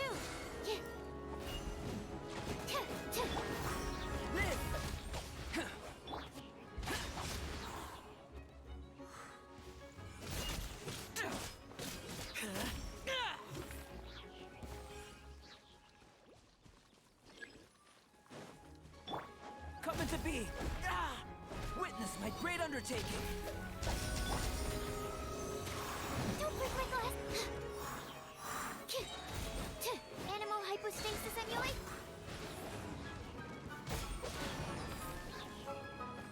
They certainly brought a lot of muscle. They're really slowing us down. But if we're meeting resistance, we must be heading in the right direction.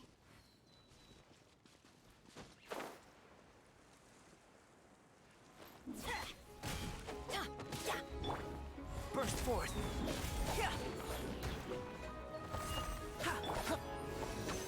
Animal test 6308. Enhanced animal module 75.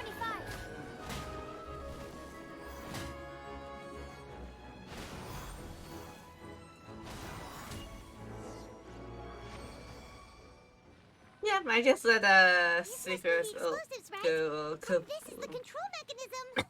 How can we disable it?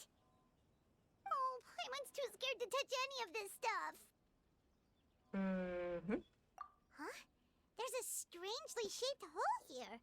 What is it for? It's called a key. Oh, that certainly sounds possible. Maybe one of the people we just beat up has the key. Okay, you take this side, Paimon will take the other. Let's see what we can find. Okay. Do you have the key? Oh, you found it! That's amazing! Well, first try.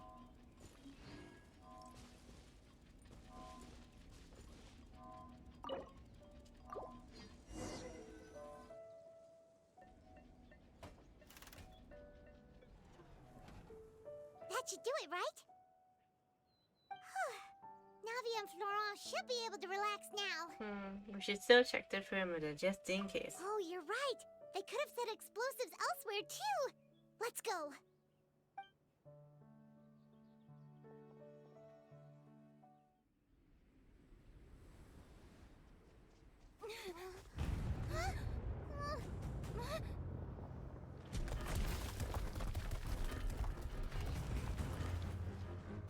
They're gonna bury Poussin!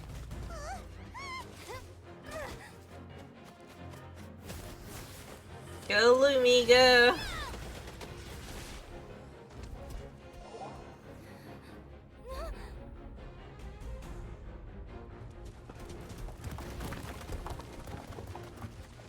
Great work, partner.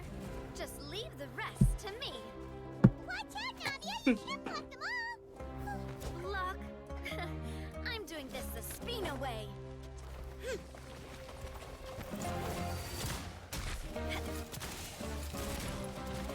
Having a gun in her umbrella?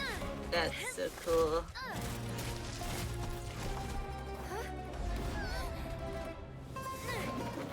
Fire!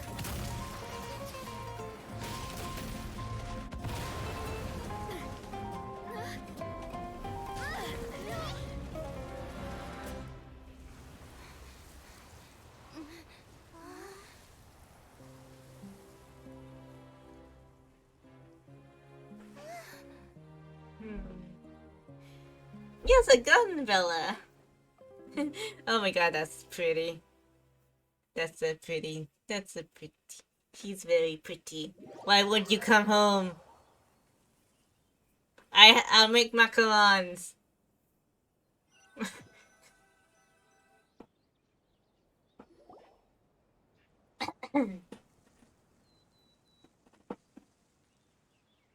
I heard from Thierry that even they're your enemies now. They were once a part of Spina di Rosula. Do you plan to settle this privately with them?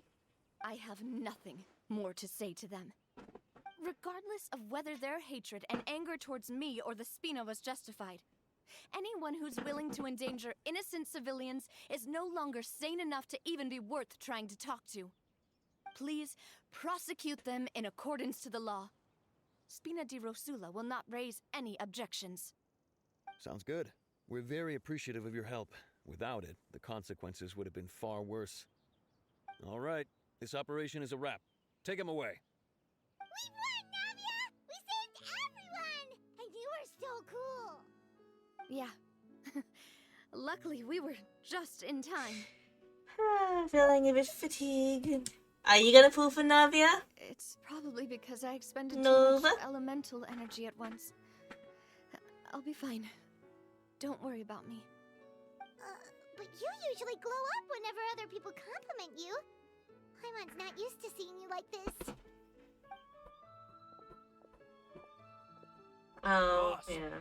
we managed to catch all the infiltrators in the town. The Maison Gardiennage is taking them away as well. Seems like Romeu really went all in on this mission. If he sent literally everyone he had, though, that also means we've caught them all, too. We won't have to worry about them from now on. Got it. That's good, at least. Coulter, I can understand how you feel. The things that we lost, they're forever beyond our grasp now. And that makes them appear even more precious. I am not Callus, and I will also never become him. The Spina and the Poisson that you loved are both gone. But I will not change how I feel about our future. I still believe that this is a great opportunity to start anew. I will spend more of what the Spina earns on the betterment of Poisson. What's more, I'd also like to propose some changes to the Aquabus routes, so that one day, the people of Poisson will enjoy the boons it brings as well. I know what you're trying to say. Mr. Callus would never have said anything like that.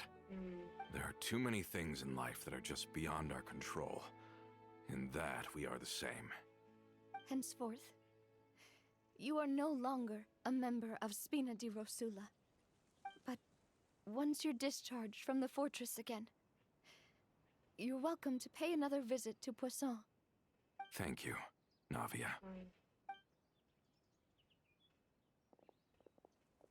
Back to jail, dude.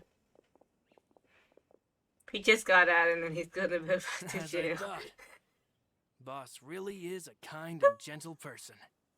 He did She try to is kill also, Navia. I must say, a truly unlucky person. He did try to kill Navia.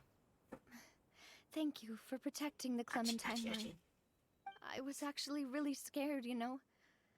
I mean, even the Callus line won't be getting rebuilt anytime soon. If I'd lost the Clementine line too, I wouldn't know how to live with myself.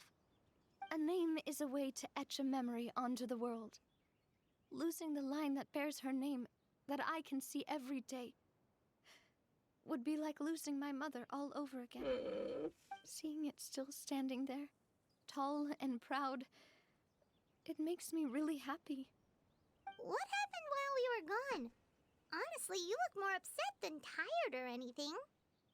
Just give her some time. It's okay, everything is fine. Thank you so much. Can you give me a hand? I really don't have much strength left. Traveler, I want to ask you something. And please, tell me the truth. Do you really see me as your partner? Yes. Of course. That's good then. Hearing that, it brings me more relief than I can say. Hmm.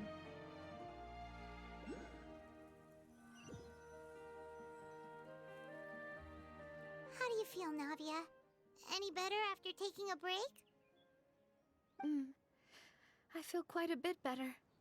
But I should probably still rest for a few more days. Sorry, partner. I said some weird things earlier. Feel free to just ignore me.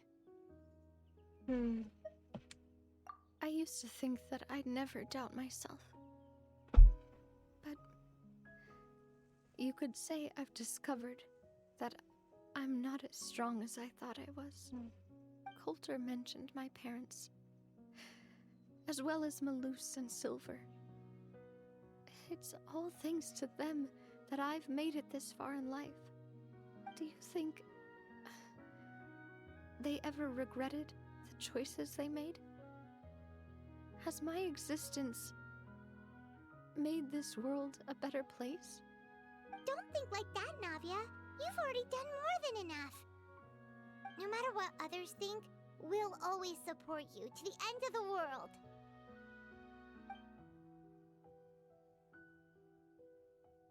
Well, since it's ended up like this, I suppose it's time for me to make a confession as well.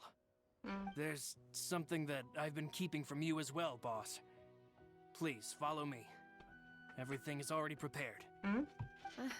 Florent, I hope you can understand that I can't deal with any more shocking revelations right now. Don't worry. This surprise will be a pleasant one. The surprise? Where is this surprise? I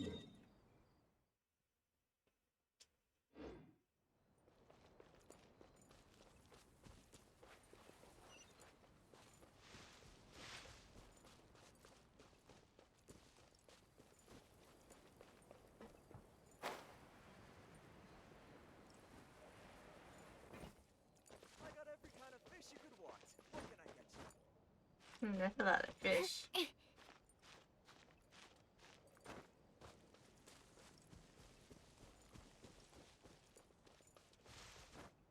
Boop, boop.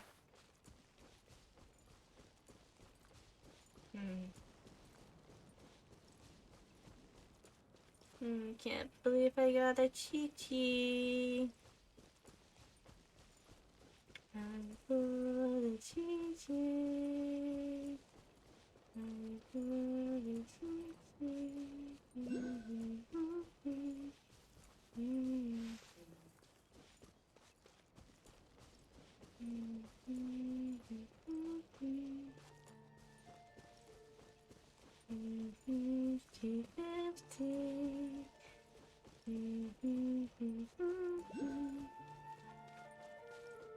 Wait, what?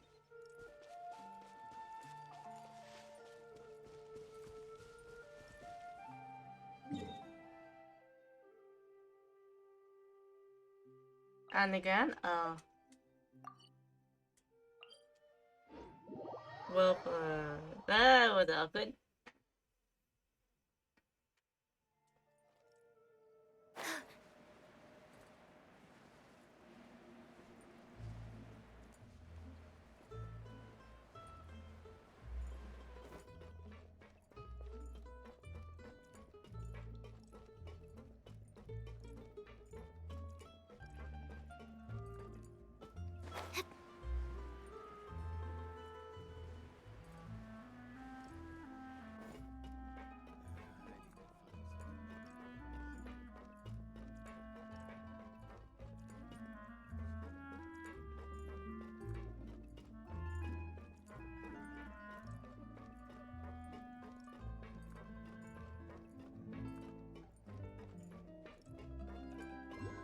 Ah! Oopsie. Secret's nearly got an alley.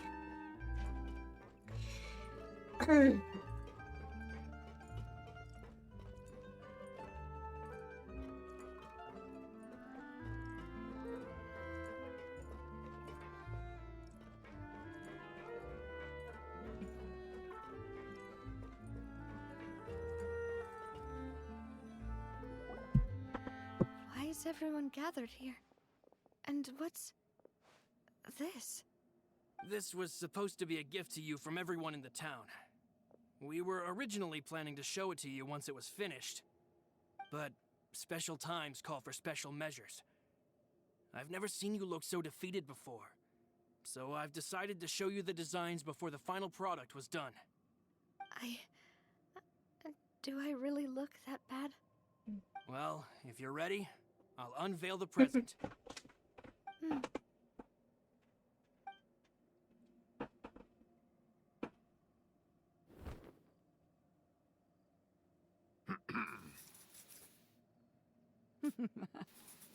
Huh?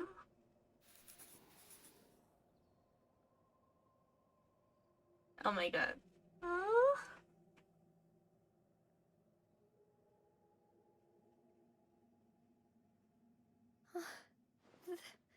This is...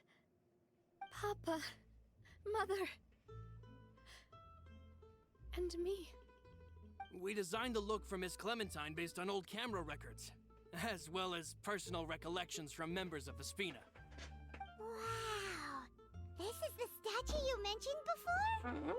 It is indeed. To be honest, we decided on the design a long time ago, and gave the sculptor permission to begin working.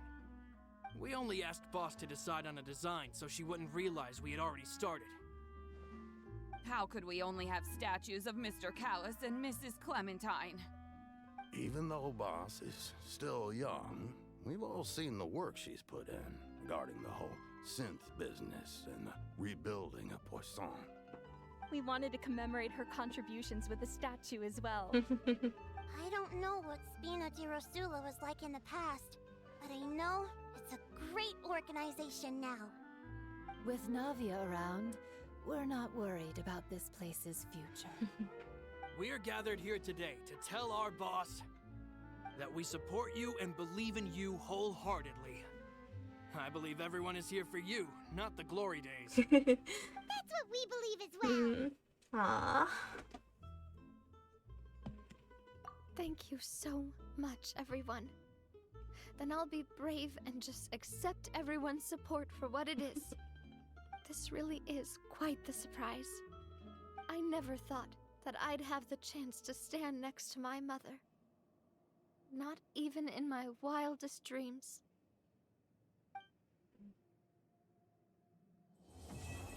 Oh, my quest was beautiful.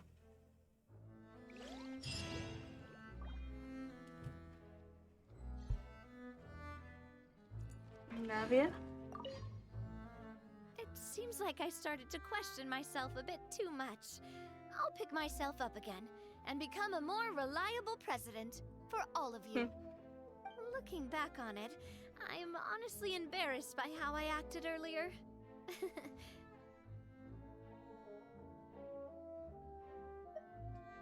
Oh, whoa. Why'd you have to remind me? Please don't say that again. It's super embarrassing for me. Oh, forget it now. Please forget that I ever said anything. Oh, wait.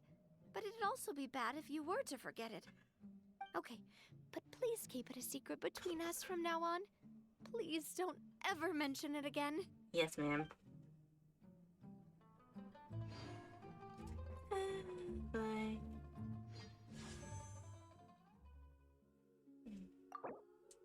Alright. Let's just spin them all. I got a Chi-Chi there. That's disappointing.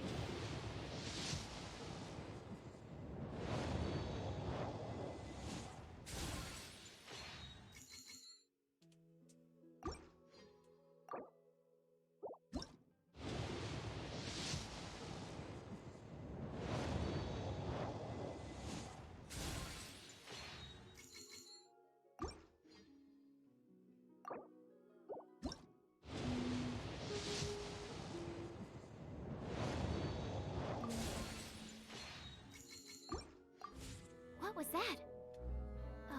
Oh. Me crying inside.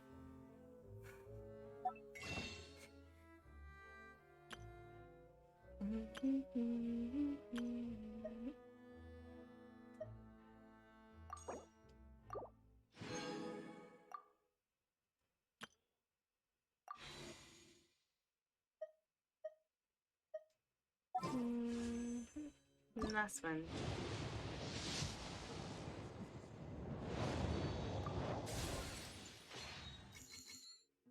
I guess I'll try again when I get enough females. I mean... Can I go take a look? Alright, I'll do a bit of the event. Or just, because I think that would give some lovely famous. Lovely, much needed famous.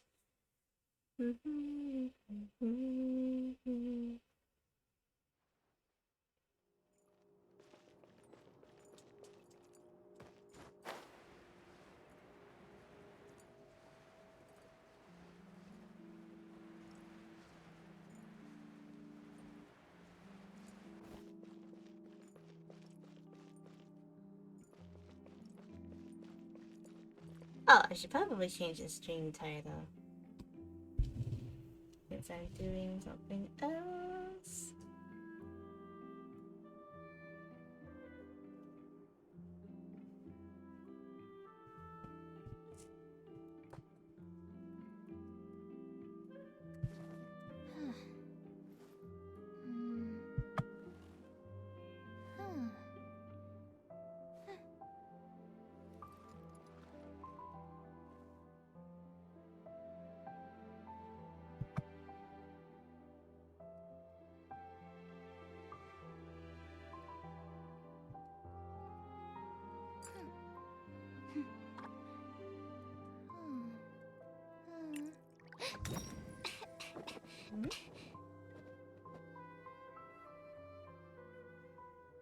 There we go.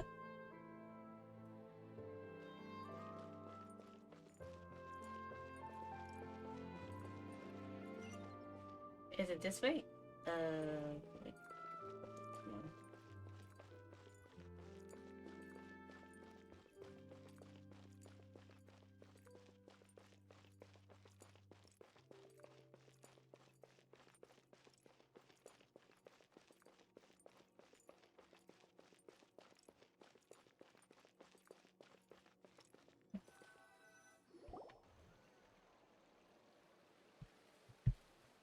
Seriously? But, Mr. Morris, Oh, I don't understand, what's sir. he doing How here? can you only be telling me this now? I'm afraid that there's nothing really I can do. I'm really facing a crisis. My hands are tied. But what about my film? Well, I'm afraid you'll have to come up with something on your own. Take it from me. Sometimes you just have to let things go. Same goes for this film festival. Film festival, eh? Oh. Aww. Hey, isn't that Xavier? So he's back in Fontaine now.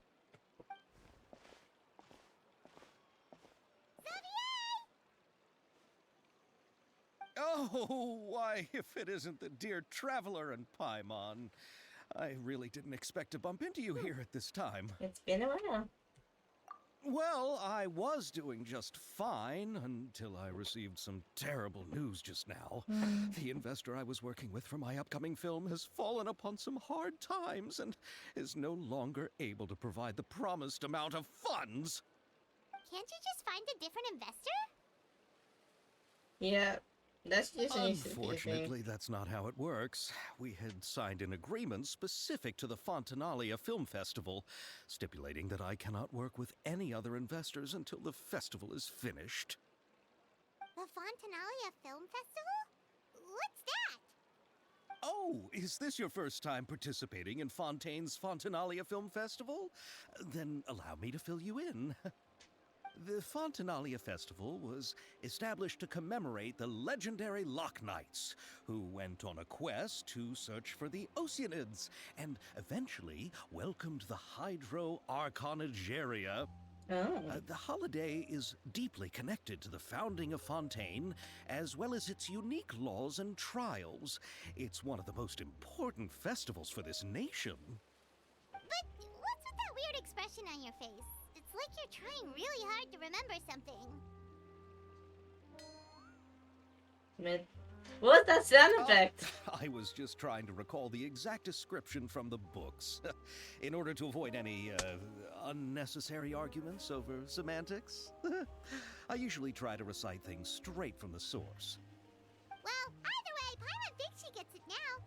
It's just like the Windbloom Festival in Mondstadt, and the Lantern Rite in Lille. Yes, those are festivals of a similar variety. Who doesn't like a good festival?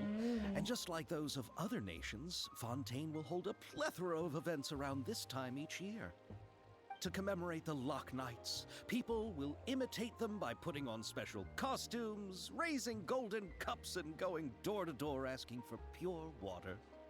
But a few years ago, Lady Farina started to find the whole idea a little drab, and so decided to change the part about pure water to sweet. Oh, I wonder why. Really doesn't surprise Paimon at all.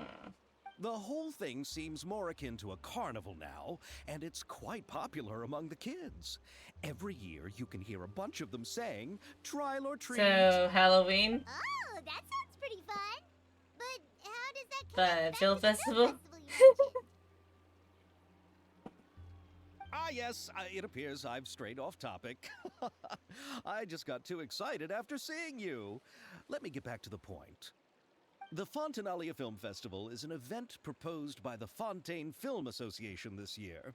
Now that film technology has matured as a medium, it's the perfect time to introduce more people to the art form. During this time, people may submit films to be evaluated, and the entry with the highest score will be given the Farina Award by the association. The what award? The Farina Award. The Farina Award. You know, after the Hydro Archon. They coined it while Lady Farina was still in power, but even though things have changed, no one has made any motion to update the name. Perhaps everyone still thinks of it as a pretty appropriate name. Even though she isn't the Hydro Archon any longer, Lady Farina is still Fontaine's superstar. Anyone with eyes can see the way she shines on the stage. Huh. Alright. Guess the name does work pretty well when you put it that way. Oh, but who would have guessed there'd be an issue with the funding? How will I ever explain this to Miss Chiori? Not to say all the other actors who traveled all the way here from Inazuma. Chiori? Sounds familiar. Where have we heard that name The before? boutique? Yes, that's her. I asked her to oversee the event's art direction, including the design of the actors' costumes and appearances. Oh, Paimon remembers now. Navia said that her clothes were designed by Chiori, and Kirara's outfit too. How to describe her? Well, she tends to be pretty direct and can be very forceful when it comes to dealing with people. The fashion world in Fontaine has dubbed her the Thundering Seamstress. Her remarkable designs have led many Fontainians to become very interested in Inazuma. Anyway, Chiori is acquainted with all the actors I've invited from Inazuma. Without her help, I don't think I would have been able to get such an international cast for the film. She really is a kind soul. Who are the actors from Inazuma? Do we know them? Why don't the two of you accompany me to the Aquabus station to welcome them? Judging from the time, the Aquabus should be arriving shortly. Chiori will be waiting to meet me there as well.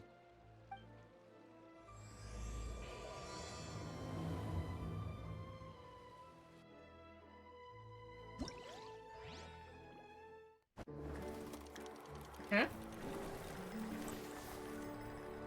Oh, that's nifty.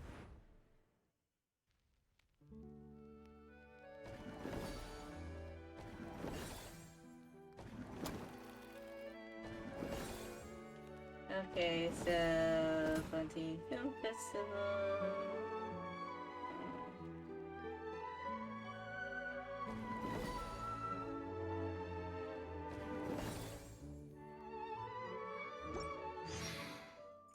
I haven't been out in a while.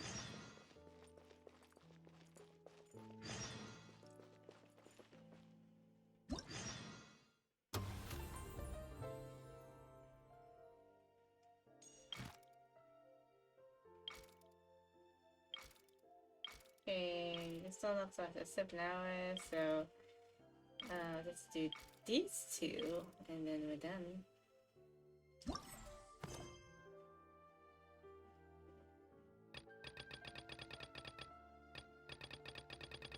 I'll do these guys off stream. Alternatively, I'll probably do like a video like I did with the Felxie's Fantastic Adventure. That's on my YouTube right now. Plugging my YouTube because why not?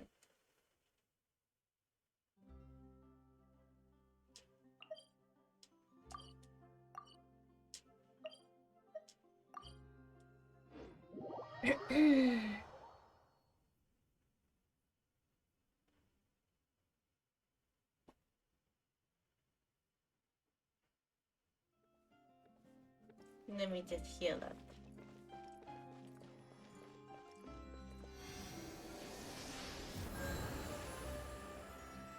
Guess Secret's got a little bit beat up.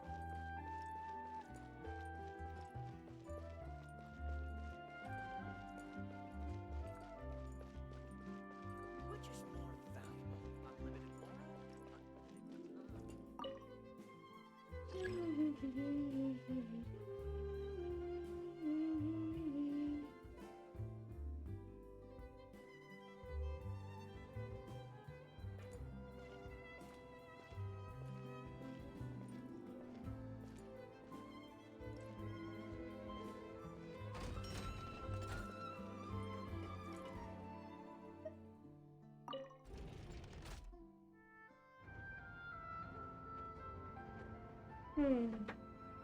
Perhaps I should have done my pools on the Navia line.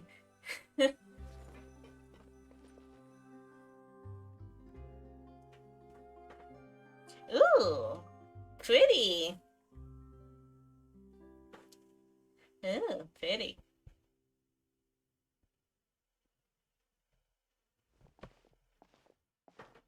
Miss Chiori? Your talk with the investor sure went fast. The Aqua bus hasn't even arrived yet. Oh? And who are they?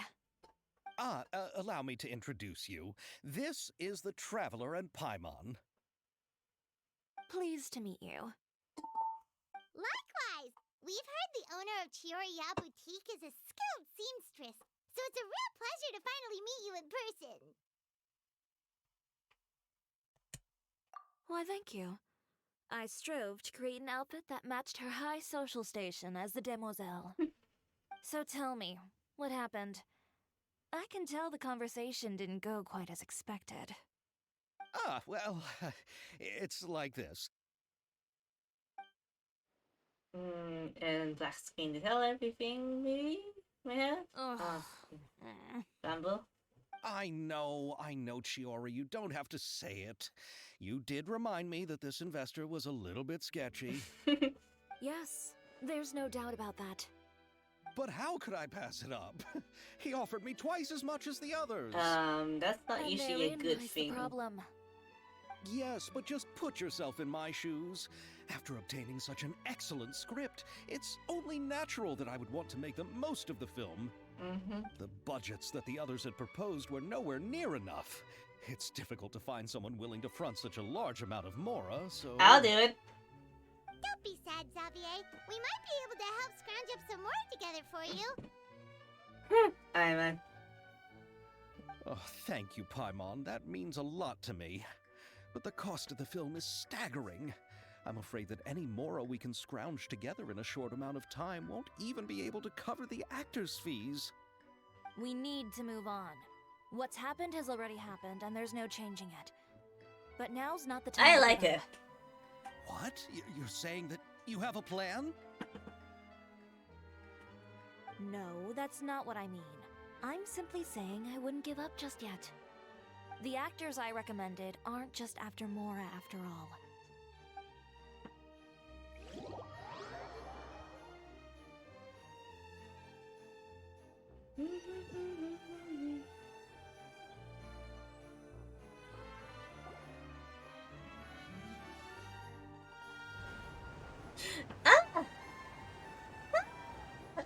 Ooh.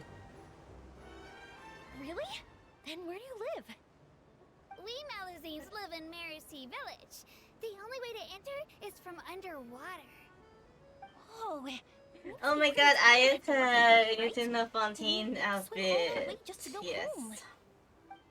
We are so thoughtful. But some Melusines choose to live in the court of Fontaine because it's so much more convenient. This is our stop. Oh, we've arrived, but I haven't even finished chatting with Aval yet. I also enjoyed Aval's introductions to Fontaine along the way.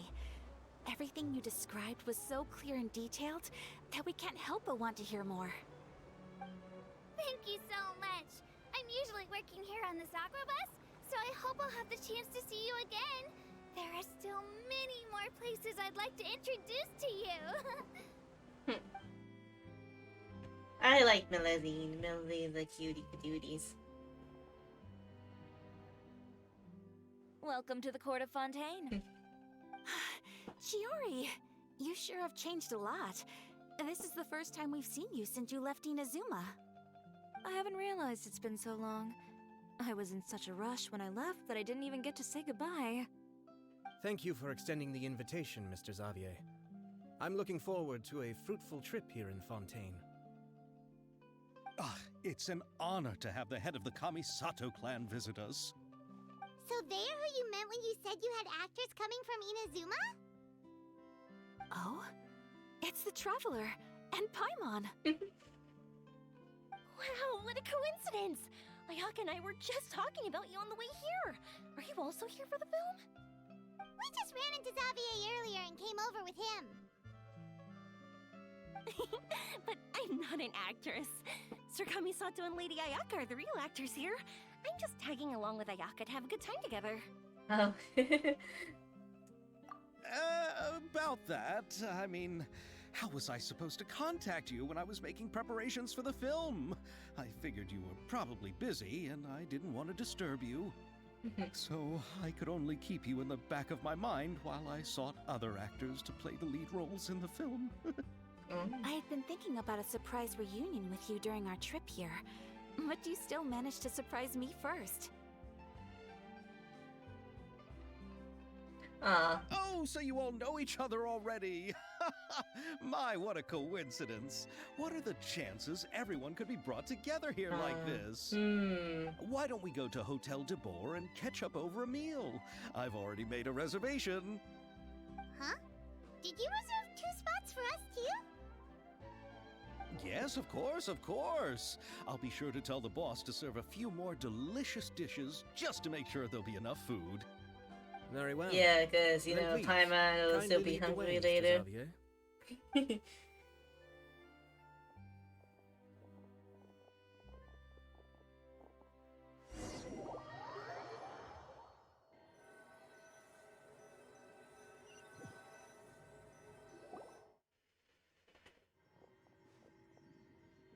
Wow, the buildings in Fontaine are so tall.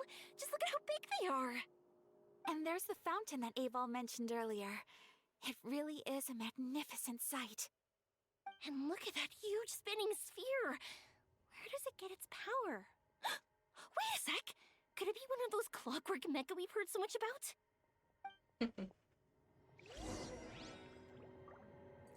The hotel. 1 second. That's up here.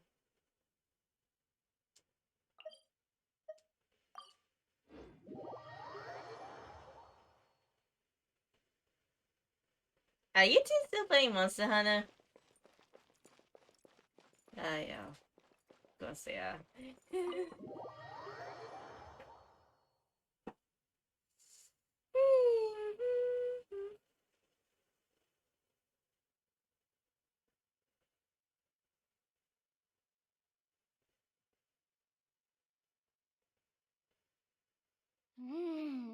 So this is what food from Fontaine is like. It sure is different from what we have in Inazuma. Should I describe it? Alrighty. It seems like you have to go Beans. through a lot more steps to I make need the them. foot rub. And the flavor has many layers too. Yes.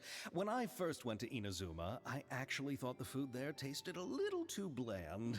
It took some time for me to get used to it. Let's get back to the purpose of this trip for a moment. shall we? Yeah. How have preparations for the film been coming along, Mr. Xavier? Well, I've already assembled most of the film crew. A lighting specialist, a prop manager, and a costume designer. I've also bought the copyrights from the novel's author. Oh, it's called The Two Musketeers, right? I read the script you sent me on the way here. The story is pretty good. Originally, I was planning to start filming as soon as Sir Kamisato and Lady Ayaka arrived in Fontaine, but I'm afraid I've run into a bit of a problem. Oh? What is it? It has to do with the film's investor, Mr. Morris. He suddenly informed me this morning that he's encountered some financial trouble and will be unable to release to me the amount of funding agreed upon. Ships I like It's in said that Genshin. Fontaine's legal system is well developed. If he has violated the contract, Ships. then can't you simply take him to court over the matter? Well, let's see.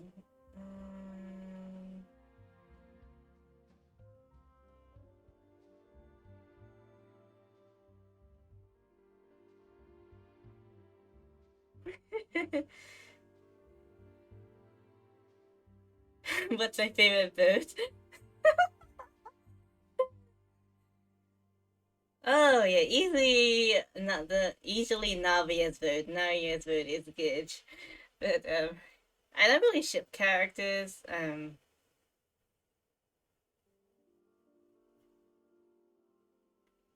really ship characters much.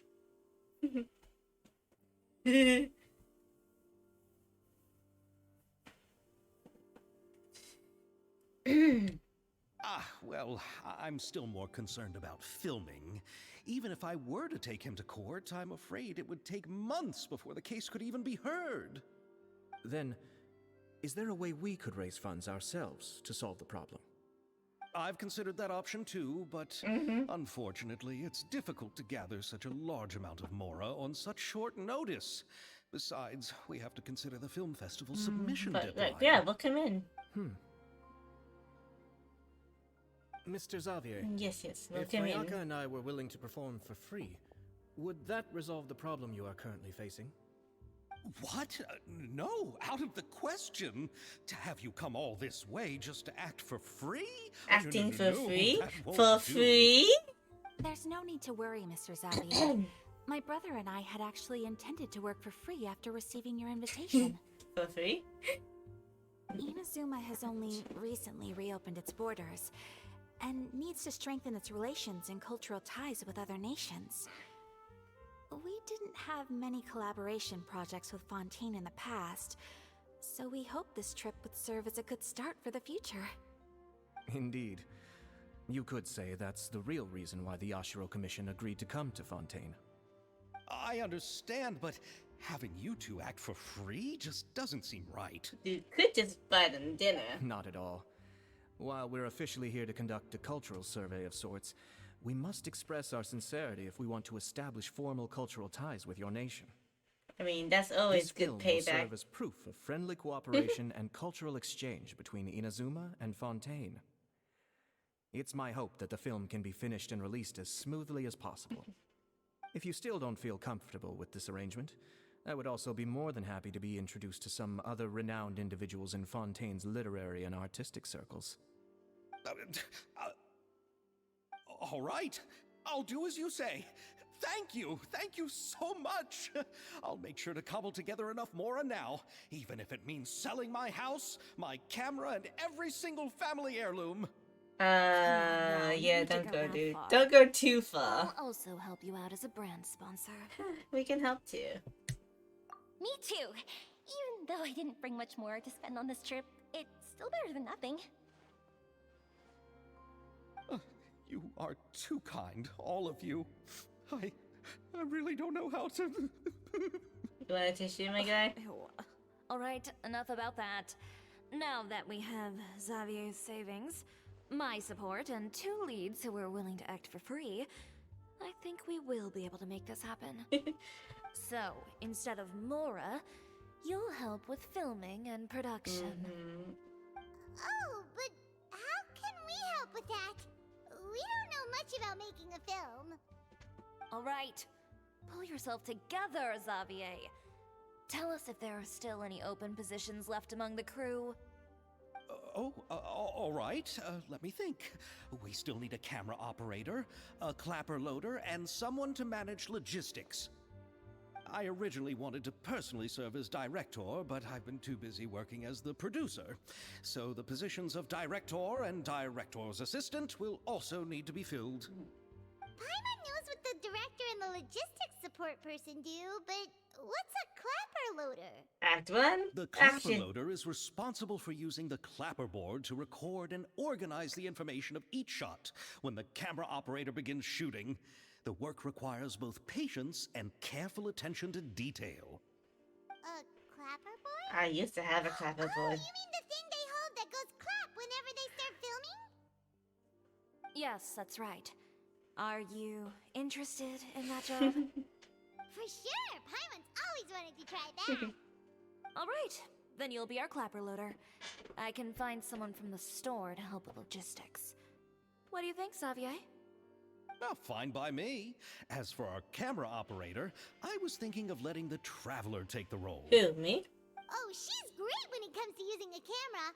Paimon can't even count how many things we've taken photos of during our journey.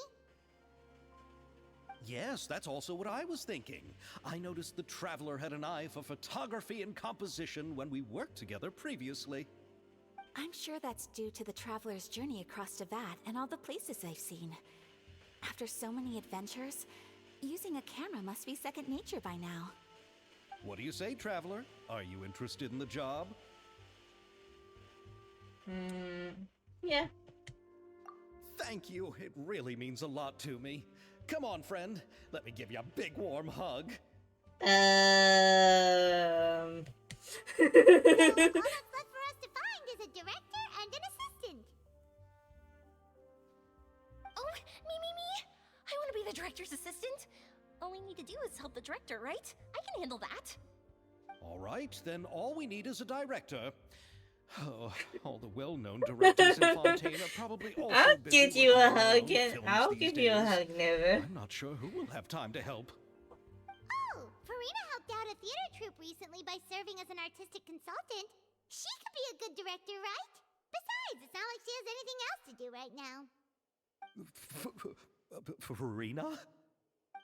Do you really think Lady Farina would be willing to help us with our humble project? Humble. Isn't that the name of Fontaine's Hydro Archon? My brother has already informed me about what happened here in Fontaine. Yes, I'll hug you too, Eric. That's her! She helped out a theater troupe not too long ago, and now she's taking up work as a director. Well, I saw that musical. Her performance was perfect, and the storyboards were also excellent. Don't let her former identity intimidate you. She's the best candidate we can think of right now. You'll never know until you give her a shot. fine. You're right, Shiori. I'll do anything for the sake of my film. Anything! Then I'll have to ask the Traveler and Paimon to show me the way to Lady Farina's residence. I just hope she'll agree to help. Do you need us to also come along? No, there's no need to trouble you with this. Besides, you've just arrived in Fontaine, and I'm sure there are many places I have a you would hug like to command, visit. you know, guys. Just A hug leave and a this hug to me. me It's part of command. my duties as the producer. I don't know which one's which, but I Very have well. two of them. Then we'll be waiting to hear the good news. I'll go with you.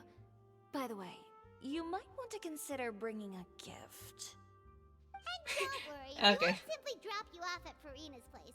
We know Farina pretty well by now, so having some familiar faces there should help your chances. Besides, the whole thing was our idea in the first place. All right, then I'll start making preparations. As for the gift... Oh, okay. A gift for someone who was once seen as the Hydro Archon. I wonder what she would like.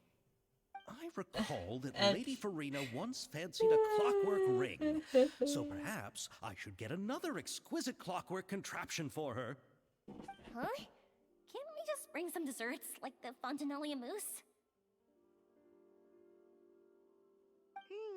But wouldn't that be a little too cheap? She does like desserts, though. Isn't the Fontanalia Festival happening right now? I heard Avo tell us on the Aquabus that Farina introduced the tradition of going door to door and asking for That's sweets. a lot of hugs going on. To do something like that, she must have a real sweet tooth. I agree with Yoimiya. If the gift is too fancy, it might actually make her feel more uncomfortable. Alright then, let's go buy some Fontanalia mousse!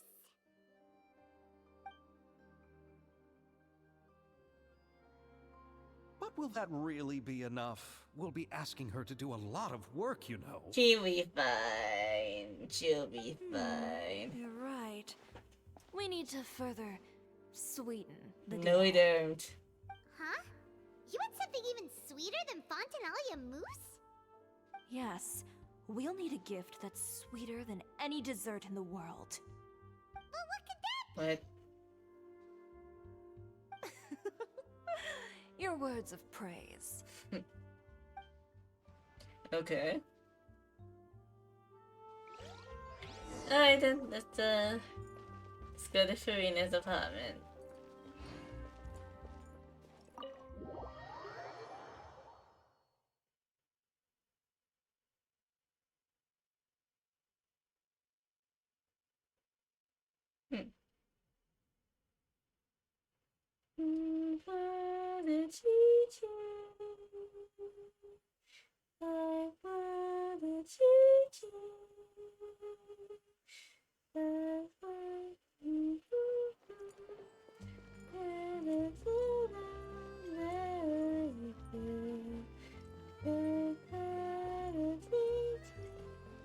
Last 50-50.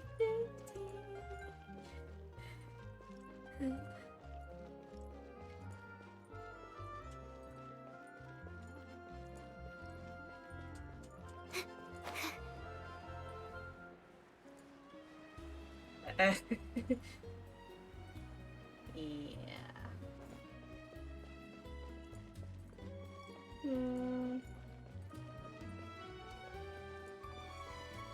We'll see if I can scrape up some more primogems to pull for Navia again.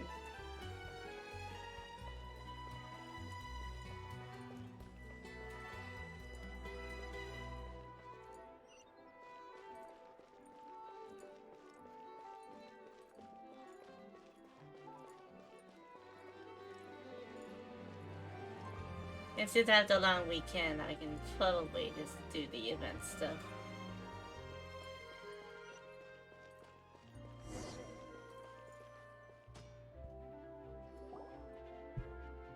We're here! This is where Farina lives. Okay, I'll go knock on the door. Knock knock! Cookies!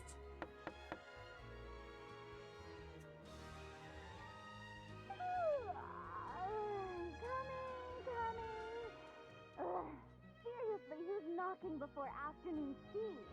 Farina's me sometimes. Who are you? Lady Farina, please allow me to introduce myself. I am Xavier, a film director. Hello. Oh, is that the traveler in Paimon I see behind you?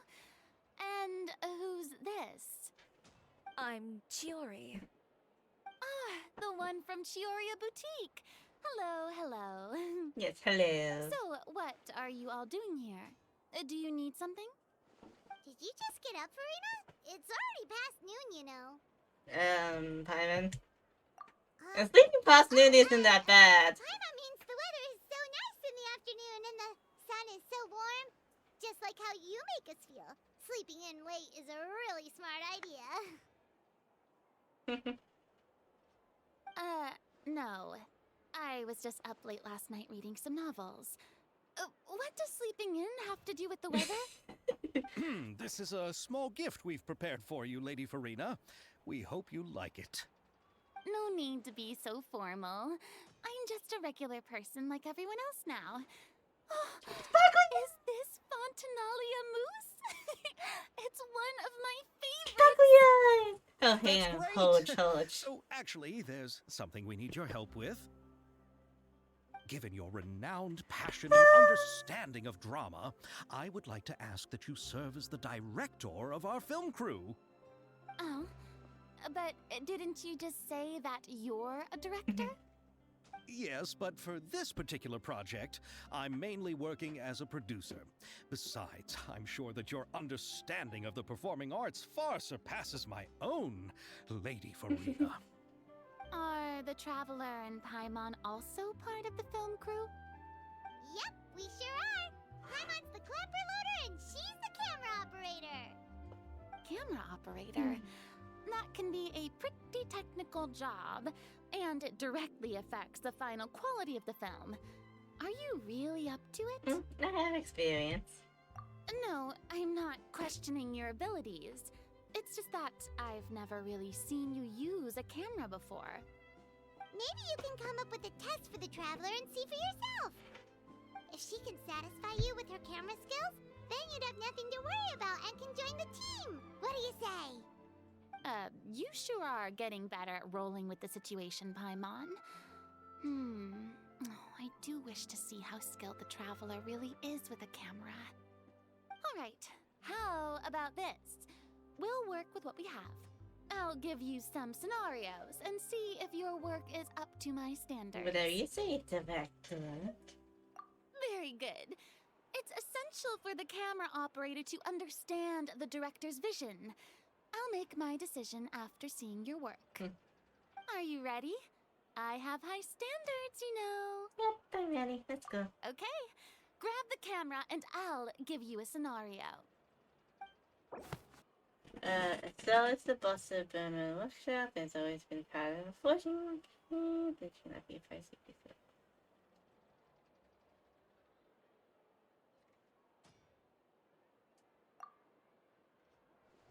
Light, camera, and action! Need to process screen.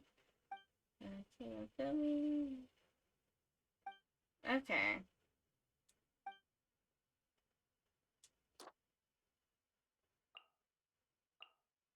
So we'll go this one first.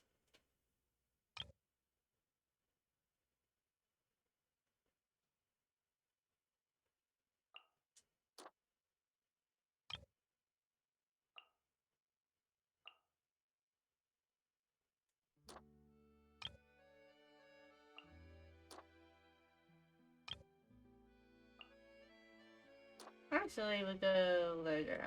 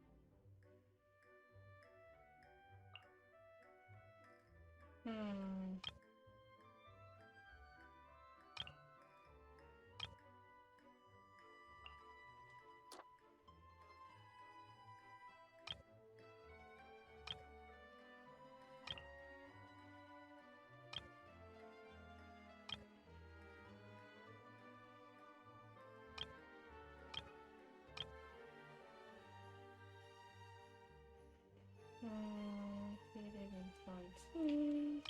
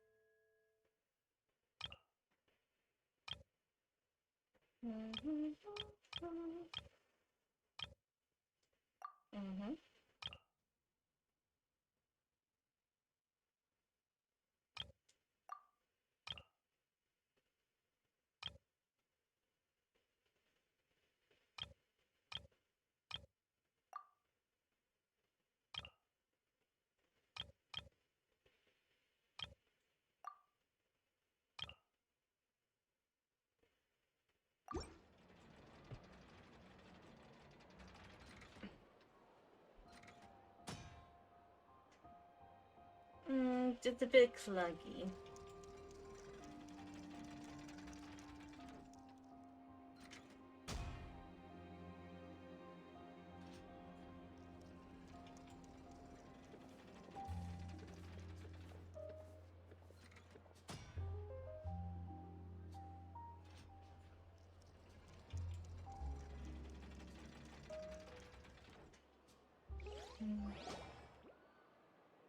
Oh, it appears that you have more skill than I thought. All the shots had a great composition, and I could really feel a connection to the characters and their lines. Yeah! Does that mean you agree to be our director, Farina? Did you think I would agree just like that?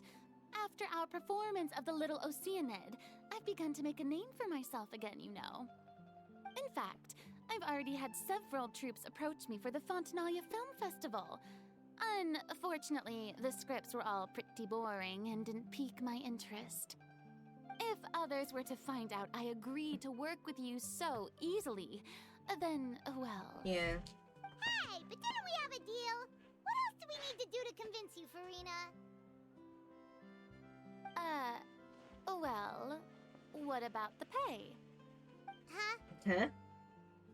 You know, how much you're willing to pay me to be the director? The pay is also an important factor for me to consider, you know. Well, I can offer you this much? Whisper. What? That's all? If Nervulat were to hear of this, he could charge you with underpaying your labor. I'm sorry, but our crew is in a tight financial spot at the moment. I see.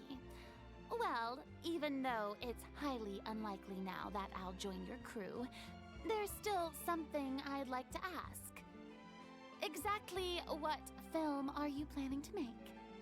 Oh, our script is an adaptation of The Two Musketeers. Huh? Wait, you mean the suspense thriller novel that was a #1 bestseller? Oh, so Farina's read it too. Of course I read it. I've always had a keen interest in artistic works that strike a chord with the populace.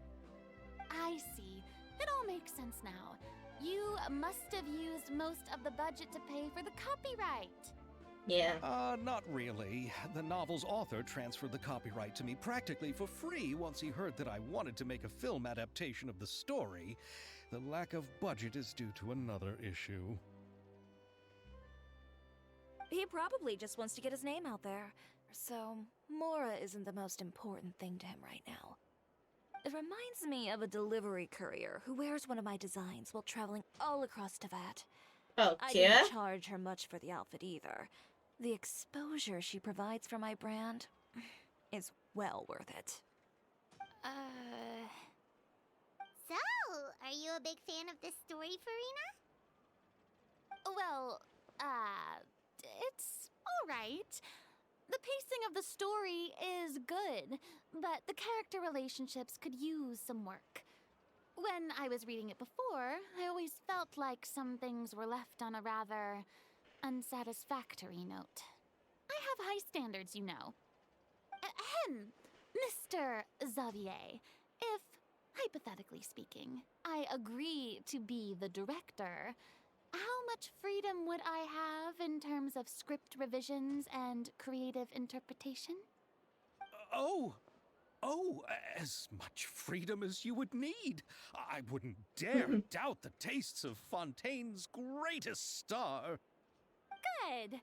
Then I'm free to alter the script as I see fit. Absolutely, no problem. We're counting on you. Alright.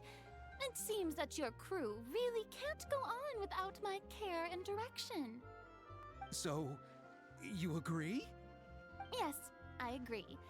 Although the pay is well below what someone of my caliber deserves. A great script calls for a great director. I mustn't let a perfectly good story be ruined due to lack of funds. If you have fine cheese and bread, you wouldn't just let it sit on the counter and get moldy just because you lack an oven, right? Yeah, that's very nice. Oh, Hydro Archon above! I'm not dreaming, am I? Somebody pinch me. There's no more Hydro Archon, you know. And it's still a little early to celebrate. There's a lot that goes into shooting a film. Although the trickiest tasks of finalizing the script and casting the actors have already been taken care of, we'll still need to reserve filming locations. Not to say set up lighting and props. And by the way, since we'll be filming The Two Musketeers, we'll need to find an action choreographer. Ideally, a professional who has actual experience with muskets. Yes, I've thought about this as well. I was hoping that you might know someone who could handle the job. Me? If this was before, I could have simply asked Florand. But it's already been some time since I last talked to her.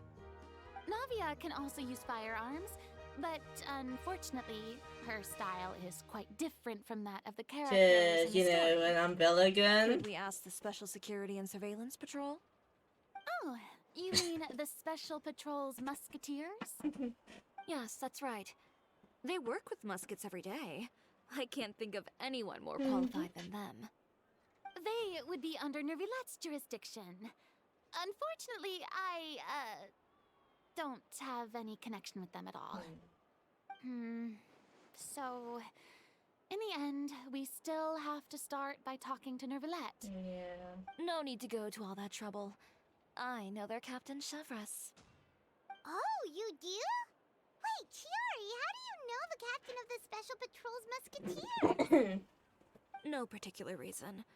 Running a business means dealing with some trouble from time to time, and she's helped me out on a few occasions. In return, I've helped her handle a few situations in which the Special Patrol couldn't get involved directly. So, we've gotten to know each other over time. So you're saying there's been times when the Special Patrol needed a fashion designer to handle a situation? Your work is becoming more and more mysterious. It'd be best to keep it that way. Anyway, enough about that. What do you all think about asking the captain to be our musket action choreographer? She sounds professional enough. She is a captain, after all. I have no objections. But I imagine the Special Security and Surveillance Patrol must be busy with their duties. Do you think she'd really have time to help with shooting a film? And then there's the issue of pay. Well, it just so happens that she's also not the kind of person that's just after Mora. As for whether she has time, I'll have to go and ask her first. Then I'll leave that to you. Macaroni's on sale today, so I've got to go. Macaroni? You can just tell me how things went when we discuss tomorrow's plan later. No problem. Having Farina join feels like a big boost to our team. Of course. Just wait until the day of our premiere. You'll witness the true power of my name in these lands. You'll be so glad I agreed to help. I can guarantee that even the standing tickets will be sold out. I'll be sure to ask some people I know to see if they'd be willing to act as extras.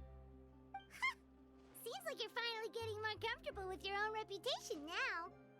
I didn't ask for the Clapper Loader's commentary, Paimon. Yep. Then let's get going. I happen to know where Chevres is today. By the way, I'm curious. If my pay is so low, then what about our two lead actors? Didn't they travel here all the way from Inazuma? Actually, they told us that they see the trip as part of a cultural exchange, so they didn't ask for any pay. What? So is every person in Tevat who doesn't want money gathered here to shoot this film? Don't tell me Chiori isn't being paid either. I already knew Xavier from before, and he's also agreed to give my brand some good exposure. It seems the gods have really smiled upon you, Xavier. And that certainly doesn't include me, mind you.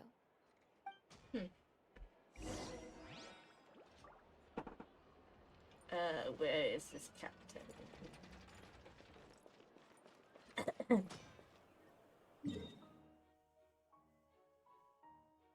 She's over here.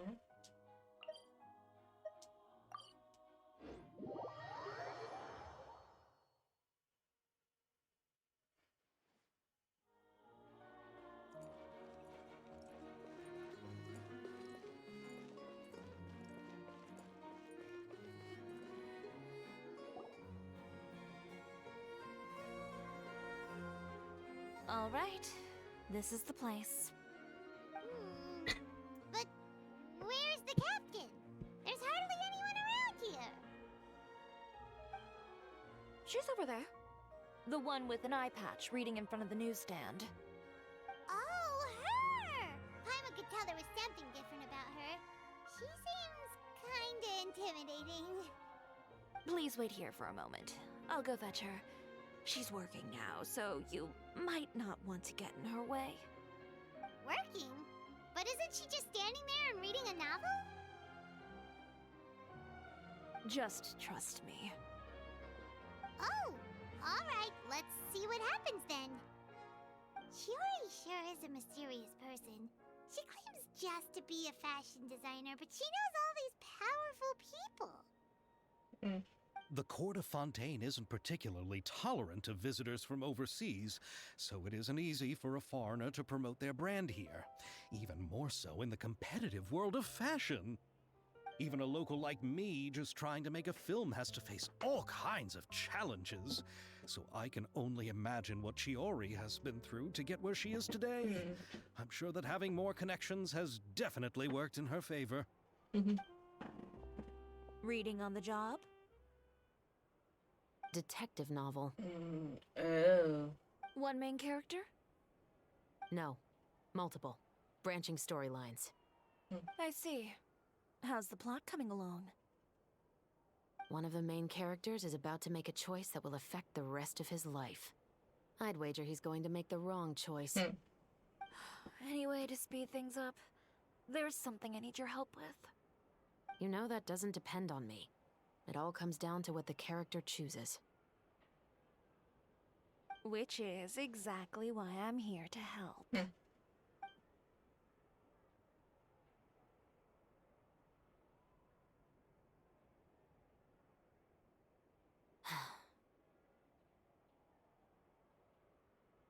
All right. It appears he made the wrong choice in the end. Halt! Huh? What's going on? Hand over whatever you're holding. Oh, it's just a book. I didn't buy anything else. Then I'm sure you wouldn't mind letting me have a look. Excuse me, officer. I don't mind you standing around here, not purchasing anything, but I'd prefer if you didn't disturb my customers. It's bad for business, you know? Don't give me that act. You won't be able to get off so easily either. I am Chevras, captain of Fontaine's Special Security and Surveillance Patrol. I will say this one last time. Hand over whatever you're holding at once. And before you do anything unwise, let me remind you that I'll have you on the ground before you can even think about making a run for it. All right. I'll give it to you. But please let me say something first. If there's any contraband in that book, then the shopkeeper here is the one who slipped it in. I don't have anything to do with this. Why, you trying to leave me on the hook, huh? You were the one who said you wanted it. Save it for the interrogation room. Take them away, Letelier.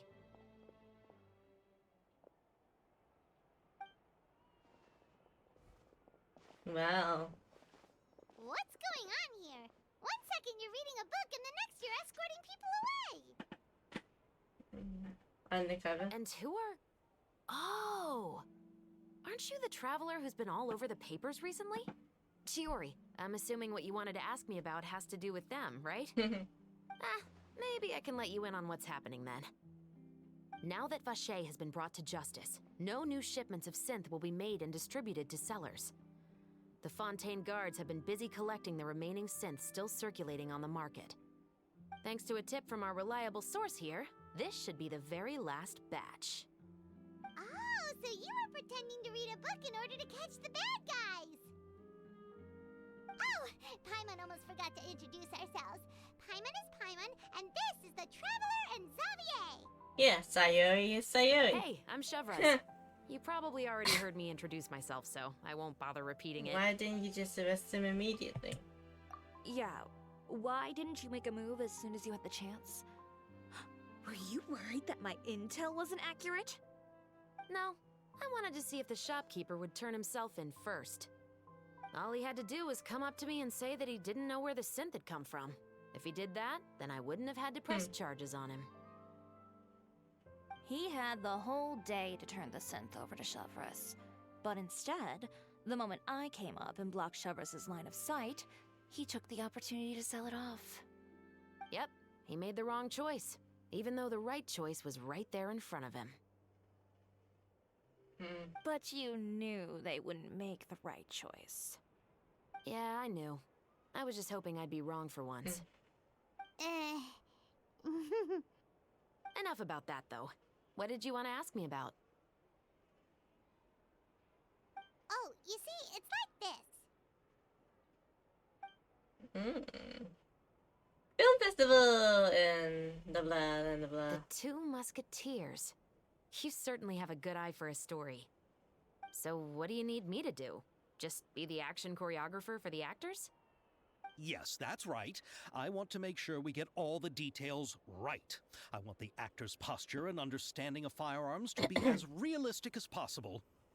However, I'm afraid this work will require a bit of your time, since you'll have to be present whenever we're filming. Also, as for the pay... No need to say any more. I'll join. Huh? Just like that? Just like that. Is my net going on? Really? You're willing to help us with our humble film project? Sure, it's no big deal. As I said, we've wrapped up our investigation here, so I don't have any other tasks on my plate for the moment. Besides, I personally really like this novel. I even have the collector's edition at home. Stories where justice prevails over evil never get old for me. Then we've got a deal? Yes, I'll see you on set tomorrow. Oh my! No, I can marvelous hardly believe thing. it. I should tell Lady Farina immediately. Oh, and I must tell the prop manager and lighting technician to get everything ready. We start filming tomorrow! Calm down, Xavier. The film is going to take more than just a day to finish. Still, I should also head back now and start preparing the actors' costumes and makeup. Alright, guess that's it for today then. Traveler, Paimon, please stay for a moment. I have something to tell you. What up? Then I'll take Xavier back. Poor thing. He's so excited that he can't even walk straight anymore. I don't want to spend our first day fishing our producer out of the fountain. Yeah. See you tomorrow. Yep. See you tomorrow. Wait, where Shivers? Did you guys know that she also voices Shion in Tales of Arise? So what did you want to tell us, Shovraz? Have you read The Two Musketeers? I heard a bit about it. The story is about a pair of children born into the household of a baron, and their struggle to survive together and take revenge for their mother. They were raised at the baron's estate, where their mother worked as a maid. The two were illegitimate children that the baron had with the maid, so they were never treated well by anyone. One day, upon returning home, they found their mother had been murdered and left dead on the floor. It was quite evident that the culprits were the other members of the Baron's household, who never had any kind words to say to them. However, the Baron was able to exert his influence and keep the whole thing under wraps. The mother's death was eventually deemed as a suicide, and there was no chance of bringing her murderers to justice. The two siblings decided to flee and someday avenge their mother. Many years later, members of the Baron's family suddenly started turning up dead one after the other, all killed by gunshot. A rainbow rose was found on each of the victims' bodies, being the flower that the kid's mother liked best. The Baron believed that the mother's soul had come to take vengeance on him, so he lived in fear each day. But it was actually those two siblings who had fled all those years ago. They relied on each other to survive and trained day and night, eventually becoming adept musketeers. They used all of their abilities to collect evidence and clues before executing their plan and exacting revenge on the Baron. Their actions let the truth behind their mother's death be known to all. That's quite an exhilarating story. Yep, the Baron got what he deserved for his evil deeds, and justice was able to prevail. It was just the kind of story I enjoy. Oh, so is that why you were so willing to join our crew, Chevraz? You could say it was one of the reasons. Oh, you mean there were other reasons too? I've read the reports about you. Whether it was at the trials or when you lent your hand to resolve our nation's crisis, you've shown that you've got a strong sense of justice, as well as a great mind for deductions.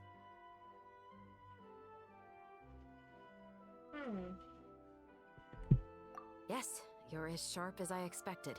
It seems you've experienced many similar situations before. There's been a recent murder case involving muskets. The perpetrator's methods appear to be very similar to what is described in the novel. Huh? Really? But Paimon didn't see anything about that in today's papers. The Marechaussee Phantom hasn't yet released any information to the public because the investigation is currently at a standstill. The murderer is extremely cautious. A murder involving firearms? But not that many people use those in Fontaine, right? Impossible.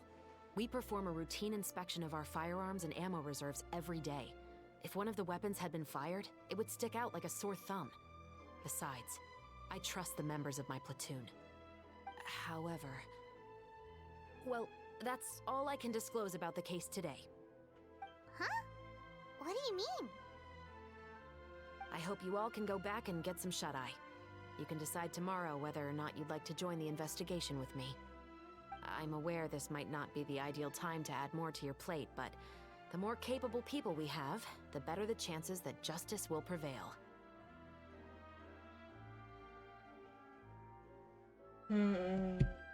Carrying out investigations isn't actually supposed to be our responsibility. Our job is to apprehend the perpetrators. Finding them is really up to the Marechaussee Phantom. You could say I'm taking part in the investigation out of personal interest. I don't want people to see muskets in a negative way, and also, I'm concerned about the similarity between the crimes and the story. You mean they might be connected somehow? I suspect so. Just to make myself clear, this is not an order, nor is it a deal of any kind. It's a request, nothing more. If you two have any interest in the case after we finish filming tomorrow and are willing to assist me, then I would be most grateful. What do you think, Traveler? It's been quite a day. Let's give it some thought. Yeah, you're right. Paimon's getting a little tired too. We've really been hustling all day. Yeah, that's a mood. You'd better head back and get some rest. It's good to keep a calm mind, especially when you're about to make an important decision. Otherwise, when the moment comes, you might end up like that shopkeeper and not even realize that the right choice is right there in front of you. Ooh, perfect timing. Act 1 ended when it hit 12. Excellent. Okay, so we have the time jump. Since we have to do some time jumping. What is this? What's in the event shop? Let's see. Choice. Gifts. Ah, this is where all the Primo gems are. Okay.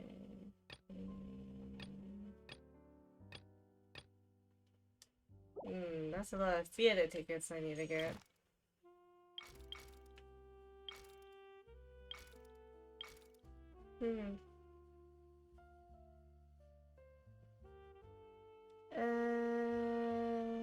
Let me think. Should I keep going? I did keep you guys waiting for too long. I did keep you guys waiting, so I feel bad. Alright, I'll finish this one, because the next one doesn't unlock until 7 hours from now.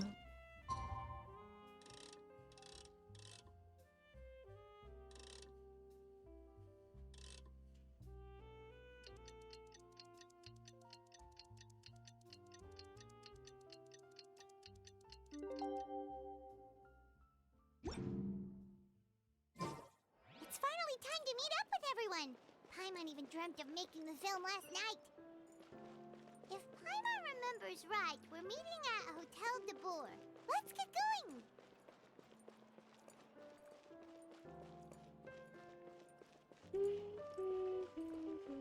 That means there's 2 more acts after this, and then the event ends.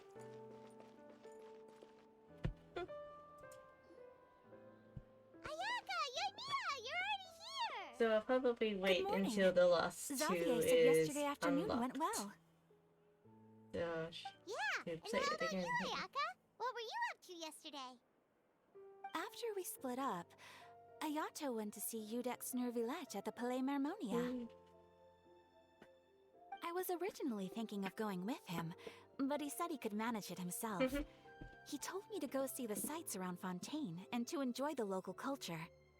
So I rode the aqua bus with Yoimiya and visited the opera house on Aranias Island. Yeah, you wouldn't believe what we saw there! 2 mechanical puppets that were dancing together! You've already seen them, right? Yeah, those 2! Amazing, aren't they? Yes, amazing. We sat and watched for quite a while. It was mesmerizing. Like we could keep watching them forever. Oh, it was the same for us the first time we saw them, too! Afterwards, we went swimming at the beach!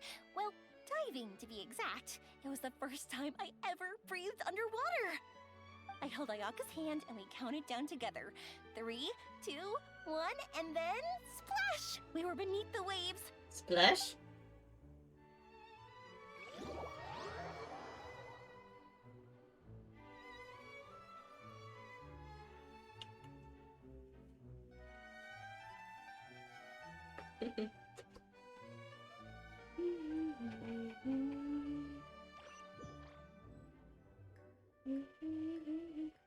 At first, I didn't dare to open my mouth. But once I couldn't hold my breath any longer, I decided to take a big breath in. Turns out the water wasn't as salty as I imagined. It didn't really taste like anything at all.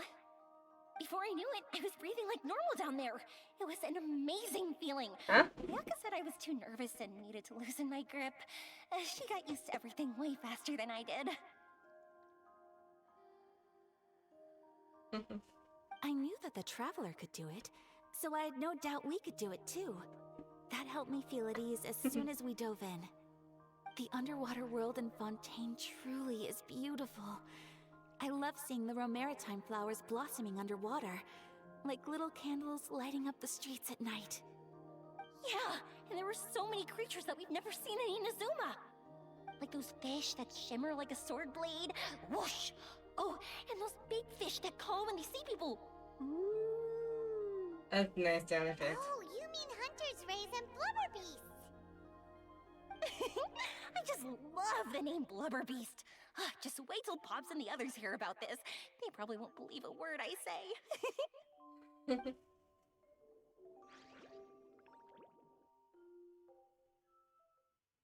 That is kind of cute, though.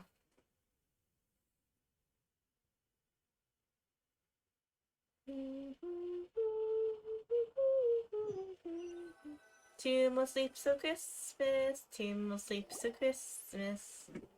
Yoimiya was down there for quite a while. It was dark before we finally rode the free aqua bus mostly back to to the city. Christmas for those I figured living she'd in- want to sleep in today.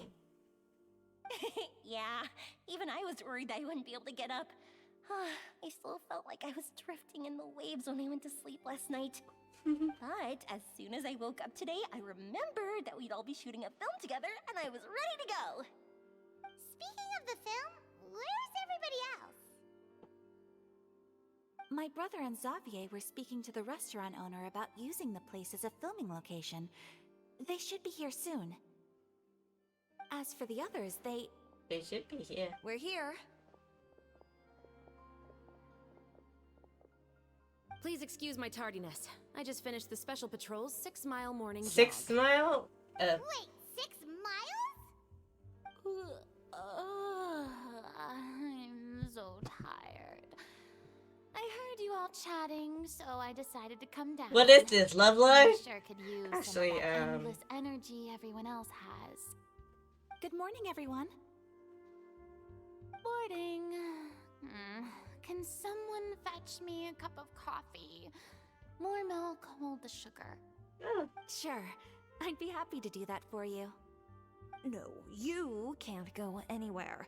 Please, have a seat over here so I can get started on your makeup. Ugh, the last thing I want is coffee stains on my costumes.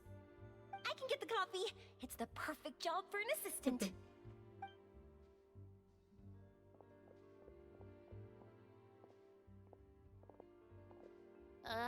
So much energy. Seriously, what's her secret? Fireworks? Oh, you and Mia's always like that. But you sure look exhausted, Farina.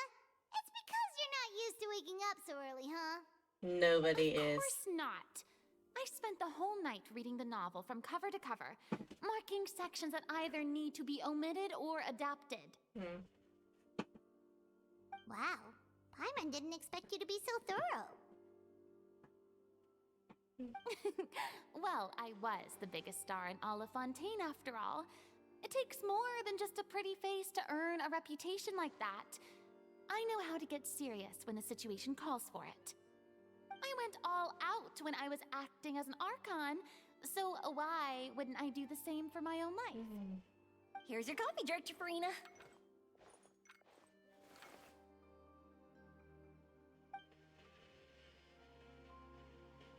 Sippy, sippy. Oh, thank you.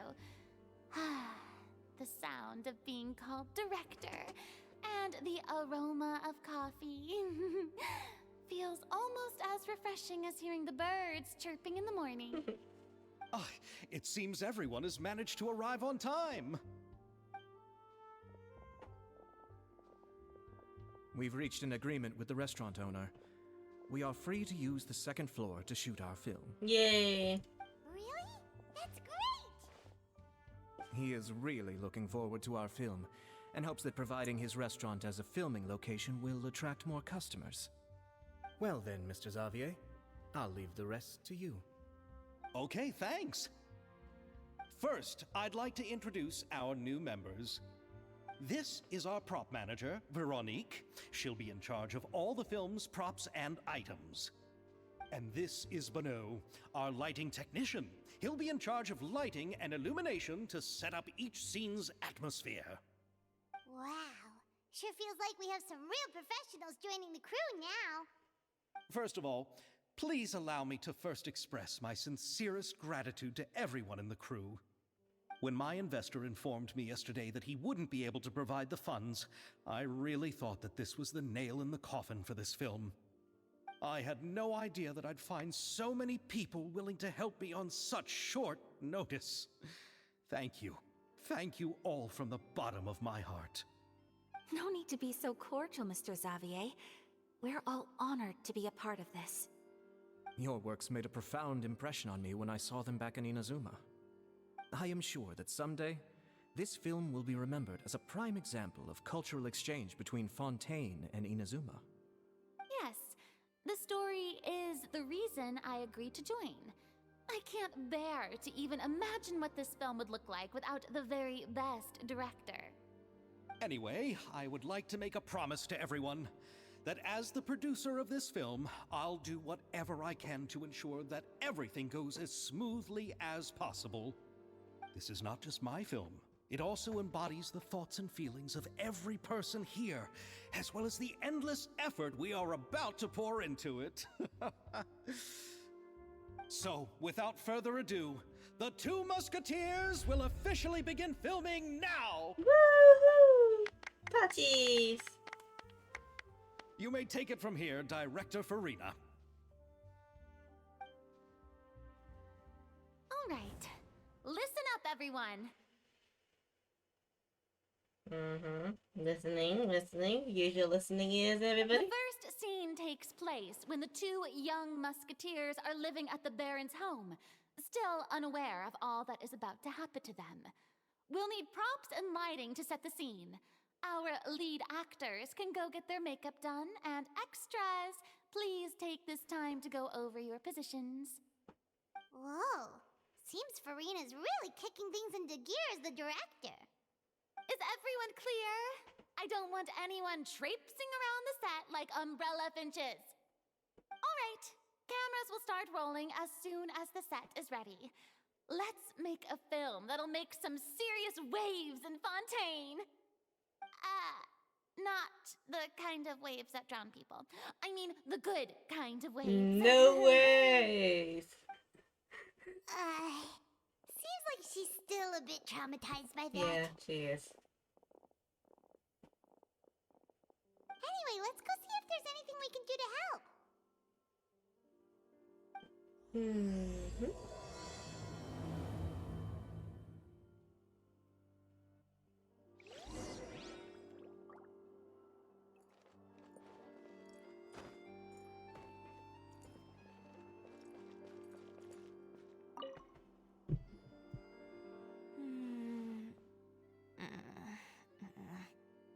Ayaka has mentioned you to me before. She said that you two were great friends when you were kids. No talking. I'm thinking about how to do your eyeshadow. Ah, yes. To help me really look the part. To achieve a more young and naive look for this scene. Are you saying the wrinkles around my eyes are too deep? You just have too much of a calculating look in your eyes. You sure don't mince your words. It seems you really haven't changed much. Quiet.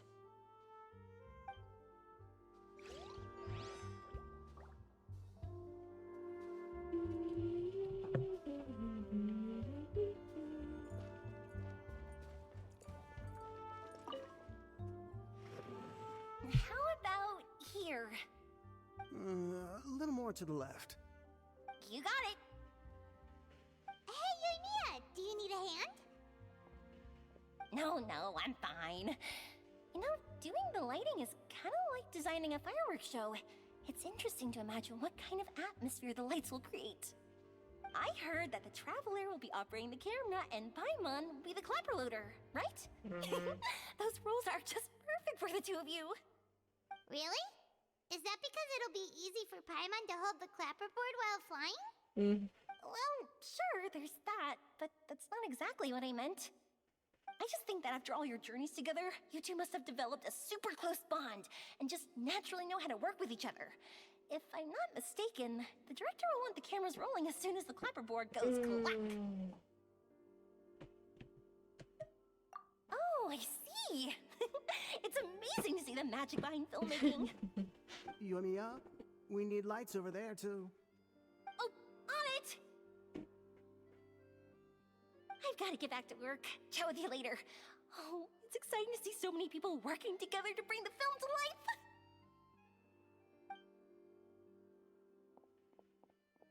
Seems like Yoimiya's really getting into it. But she was right. We do have a super close bond, don't we? Paimon's really happy to hear that. Prepare to start filming. Ooh, we be filming. Okay, let's go. Exciting. So, this is a real musket? No, it's just a prop weapon. Not bad. Have you seen a real musket before? Only in books and newspapers. I made this one based on the relative shape and proportions I saw in reference images. When we're filming, some special gunpowder will be applied around the muzzle, which will help create the flash and smoke effects of a real gun being fired. Which means it'll be up to the actors to portray the recoil. That's right. The sound effects for gunshots will also be added in post-production. Thank you, Veronique. I think I know where to start now. However, the musket's gears and firing pin could still use some work. Adding some wear on the metallic components will make them appear more realistic. Also, be sure to rub the muskets with some oil each time before we start shooting. That'll give the impression that the firearms have been well maintained. Good point. You seem to know a lot, Miss Chevres. I assume you use these types of firearms on a regular basis? Yes, I perform routine maintenance on my weapons every day. Just like we as people need to eat and sleep, muskets need to be cleaned and maintained. I also perform similar care for my sword every day, and familiarize myself with its shape and weight, to the point where it feels like a natural extension of my body. Yes, this way, our weapons will never betray us in the heat of battle. Oh, okay. Yes, well said. Oh, okay, It Hexy. seems we have the same philosophy on this topic. Here's your. Hi, Hexy. Oh, sounds like they found a common interest to talk about. Though these props differ from the muskets I use, I can still give you some pointers. Good. I look forward to your instruction.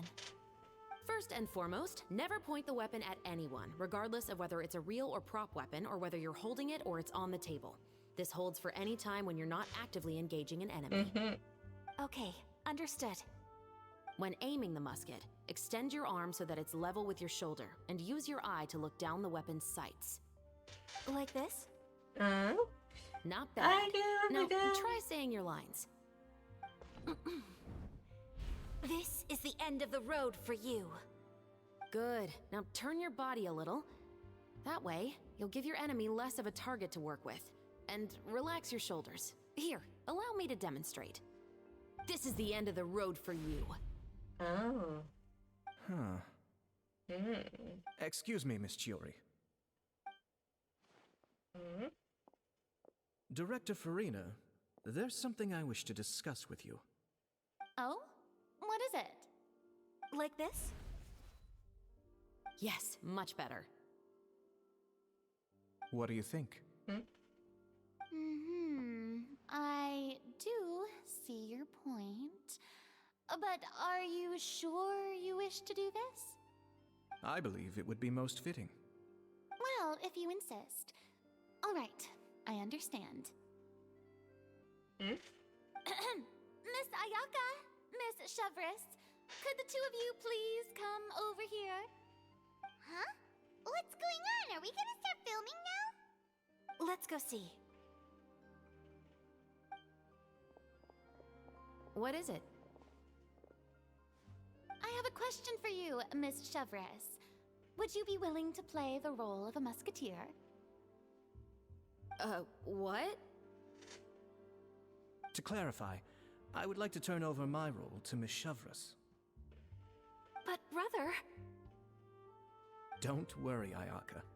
I actually view this as a good thing. I was becoming troubled trying to set aside some time to speak to the staff at the Palais Mermonia.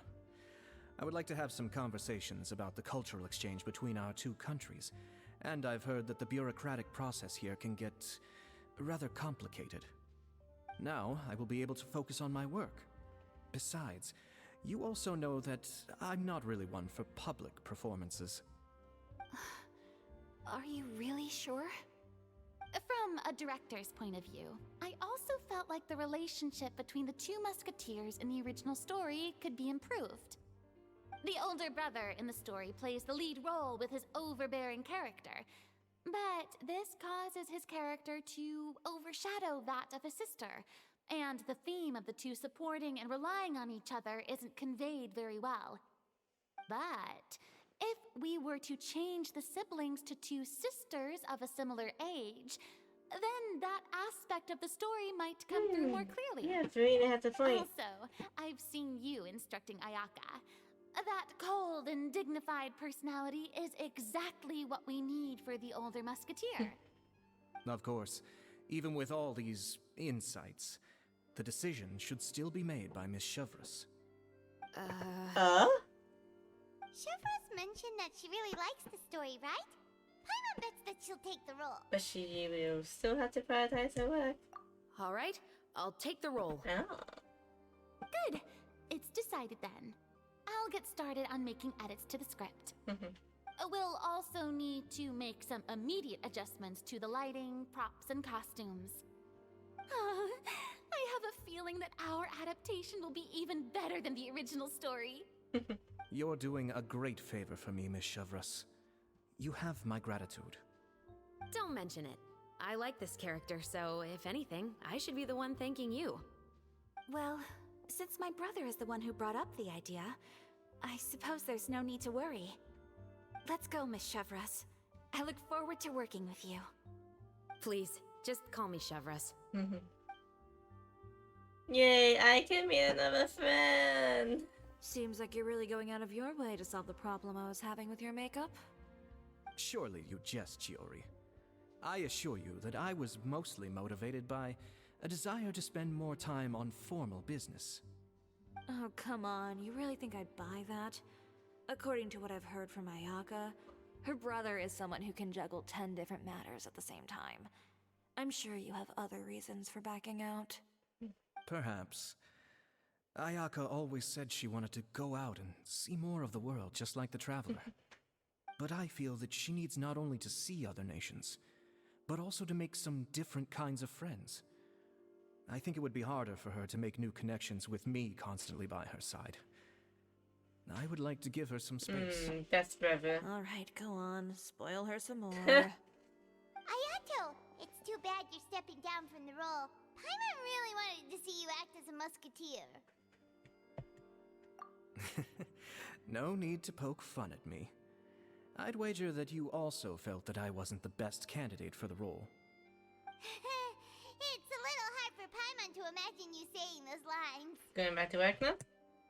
Yes, I've made an appointment to meet some people from the Palais Mermonia. Now, I will have some more time to prepare. Traveler, get the camera ready. Paimon, get the clapperboard. Actors, to your positions. We're about to start shooting the first scene. Yes, ma'am. Go on now. And please take good care of Ayaka. Yep, don't worry. Good luck with work. Thank you. I look forward to seeing the film when it's finished.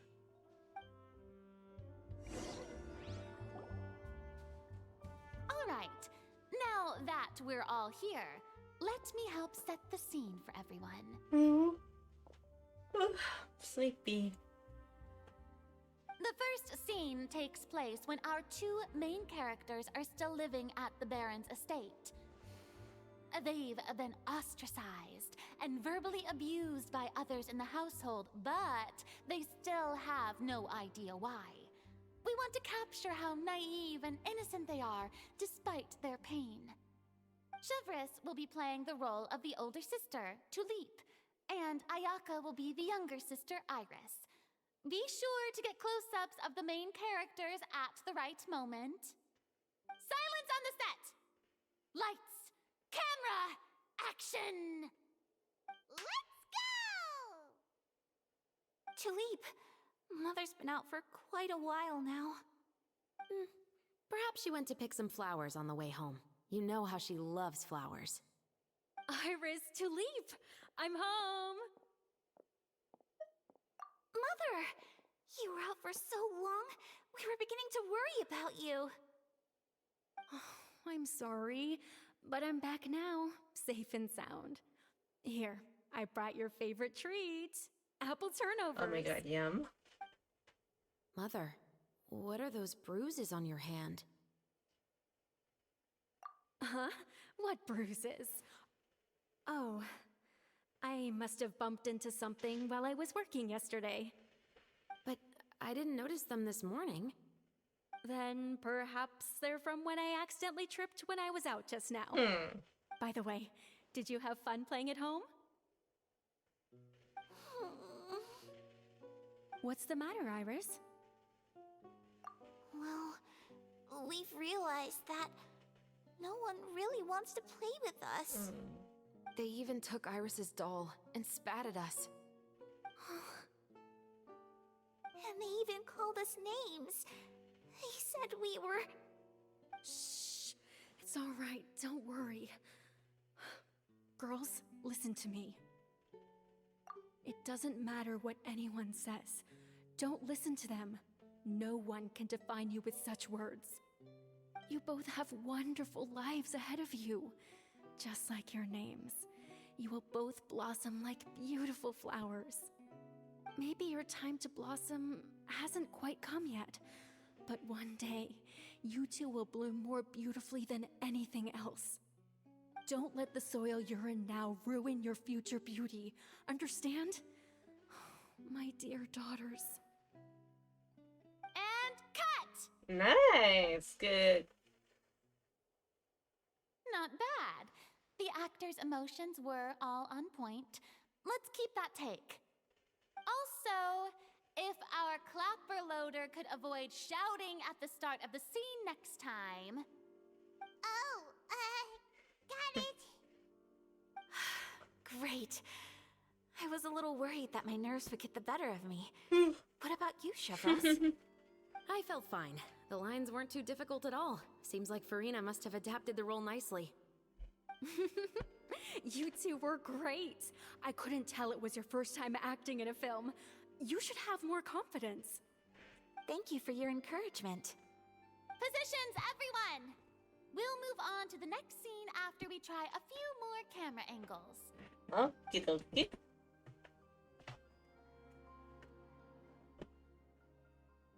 This scene is when our two characters return home, only to discover their mother has been murdered. Ready? Lights! Camera! Action! Mother, we're back. Mother?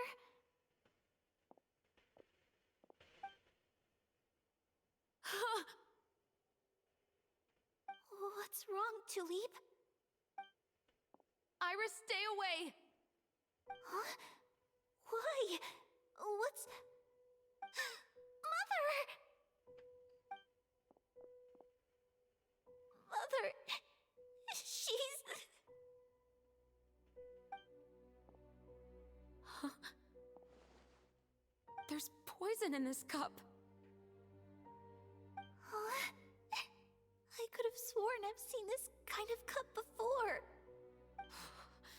Those aristocrats. They didn't even try to cover up their actions.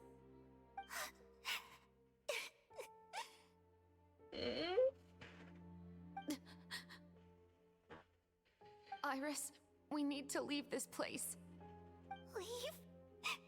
But now that Mother is gone, where can we even go? Anywhere. All I know is that we can't stay in this house. But are we just going to let them get away with this? We'll have our revenge, I promise you. Just not right now.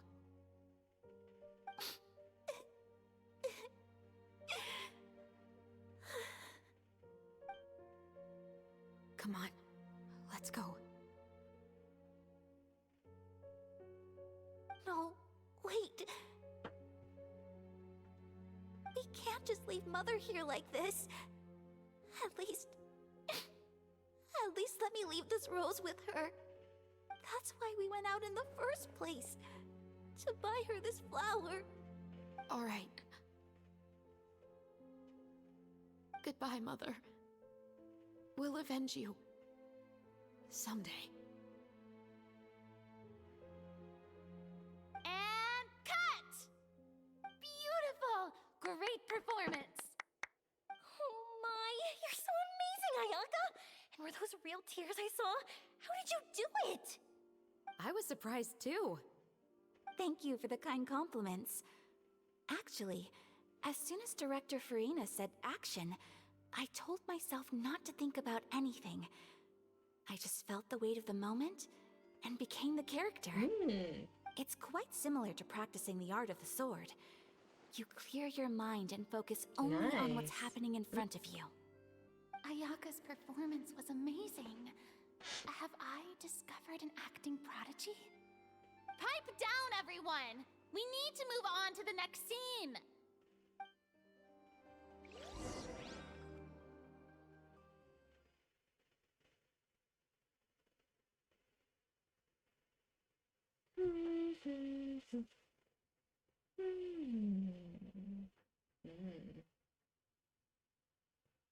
Oh wow, a long stream today. Well, technically I don't really include the first hour because I was still downloading the update. Huh?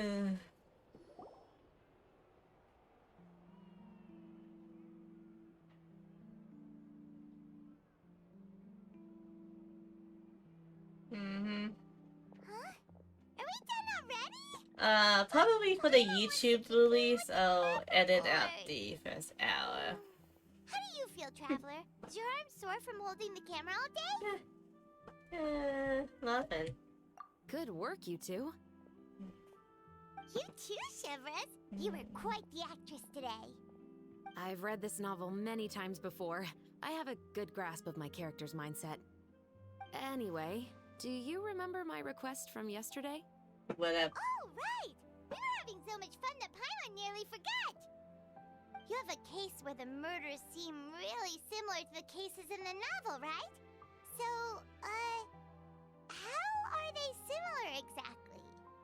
In the story, the main characters grow up to become two musketeers, always using their guns to carry out their revenge.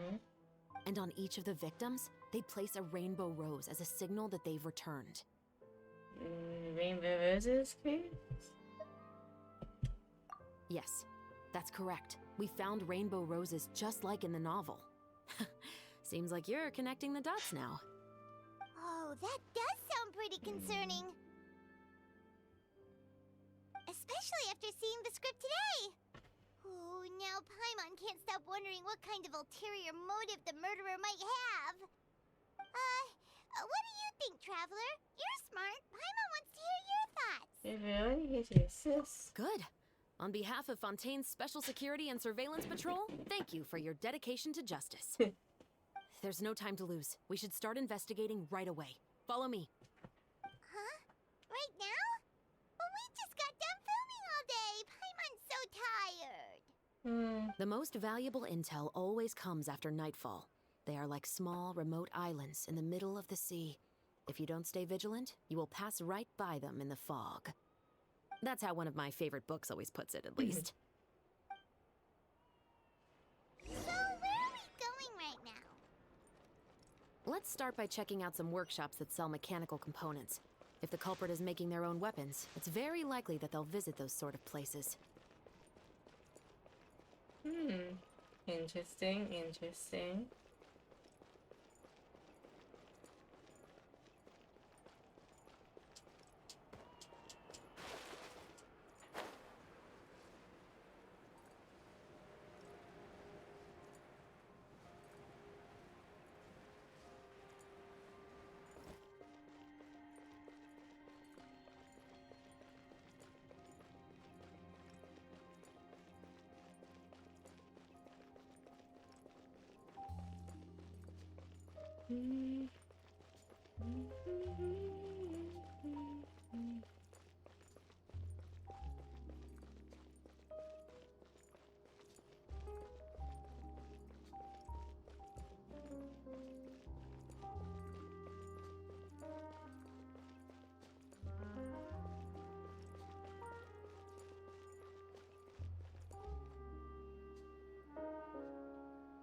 Hi, Gunny.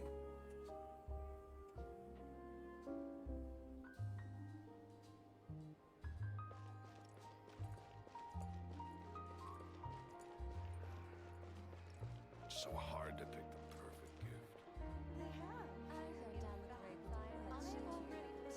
gift. Cause she's not built.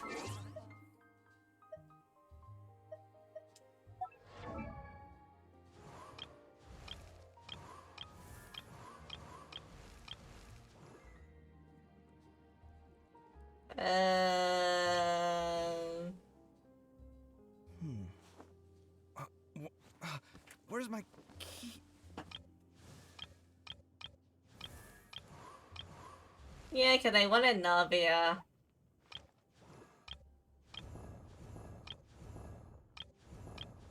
Where is Gigi?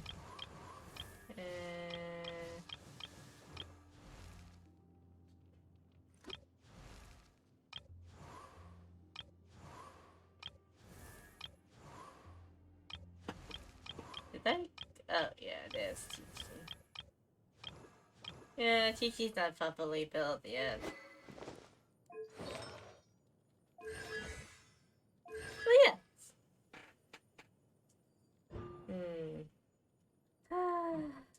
I wanted Navia. I wanted Navia. New. Welcome to LeChaux's Clockwork Workshop. How can I help you? Hello. I'd What? like to know if anyone has purchased some Oh, special I components see. lately. Special components? Sorry, could you be more specific?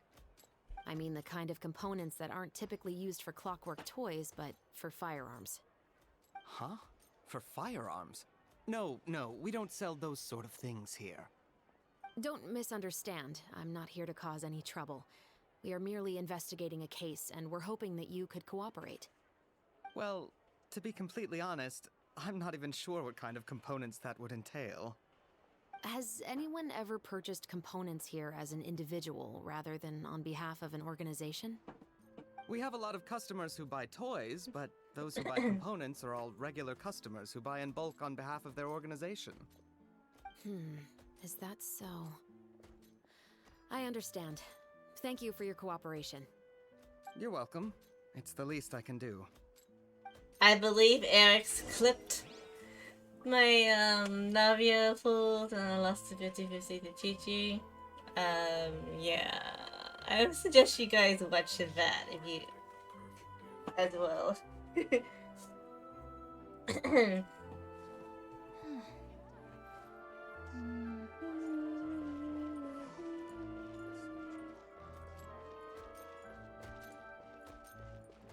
Oh, head pet. Head pet. There we go. Thank you. I just need a moment to quickly take down some notes.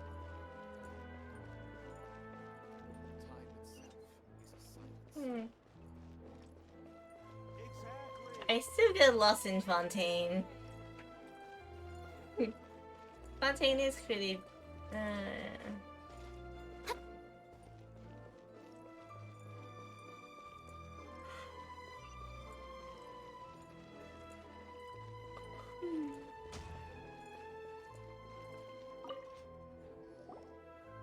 Oh, hey, Chevris. Run out of oil for your musket again? Hello, Estelle. I want to know if anyone has come to your shop recently to order some firearm components. Oh, is this another case? Let me think. I don't think so. Some people have requested that I make some prop guns for the Fontanalia Film Festival, but I refused all of those requests. Oh? Why's that? Because there's no profit! I only make things here that can do some real heavy lifting. I don't have the energy to make some new molds just for the festival. Then, has anybody come specifically looking for mechanical components? Well, I usually sell off my scrap to the Fleuve Cendre. I don't typically give them to one specific person. I understand. Thanks for your cooperation. Don't mention it. Always happy to have the Musketeers patronage. Oh, okay. Oh, yeah. Seems like we haven't found any leads to go off yet. Yeah, I unfortunately. should have you in for a French lesson. All right.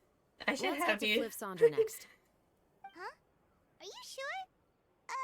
People might not be so thrilled to see the captain of the special patrol there. You think so, huh? Then I guess you don't know. Huh? No what? That I grew up in Fleuve Cendre.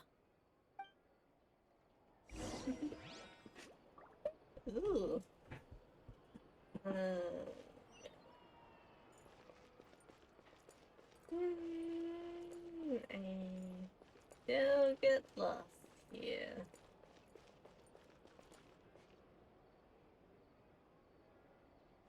Ah.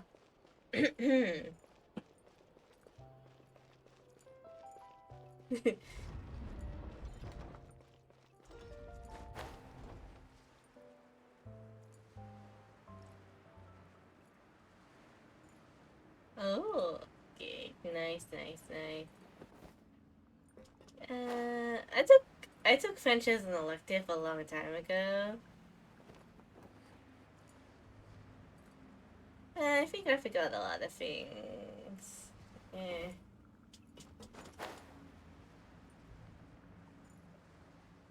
Yeah.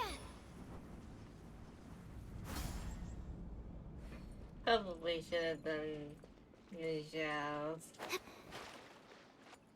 Cause no plummet damage.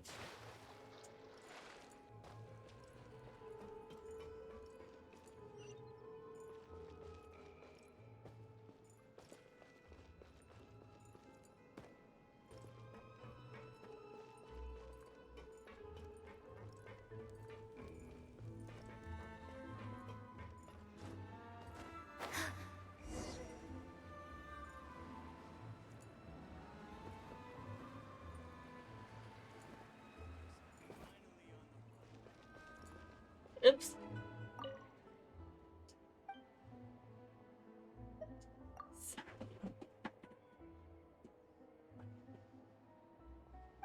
Oh.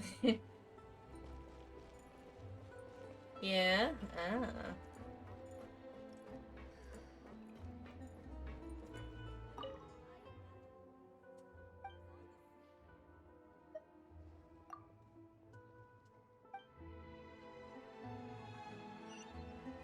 Whatever business you're in, gotta keep up with the changing times. Let's talk to the person up here and then we'll move down.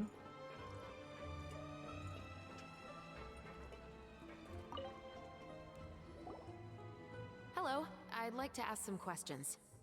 I don't know anything. Don't worry, I'm not here to arrest anybody. You say that now. It's the truth. Here, take this as my guarantee. Wait, did Paimon just see what she thinks she saw? Is the captain of the Special Patrol bribing a citizen? Seems you're different from the other guards. What do you want to know? Have you heard anything related to muskets in Fleuve Cendre lately? Anything at all? Muskets, huh? All I know is that about 2 weeks ago, we started hearing some loud noises at night. So loud that it's been waking me up. Were they gunshots? Possibly. It's hard to tell around here. Someone's house collapsing, a pipe exploding somewhere, it's all the same. But the noises I'm talking about definitely happened after I fell asleep. Do you know where the noises were coming from? I don't remember clearly. Is it that you don't remember, or that you need to think about it some more? You tell me. Then please, think about it some more. She's giving her even more. He has some more money. I didn't see a The thing. noises came from the end of the southern waterway. I came out and had a look for myself and I wasn't sleeping well, but I didn't dare get too close. That's all I know. All right, I'll take your word for it. Thanks for the pâte de fruits.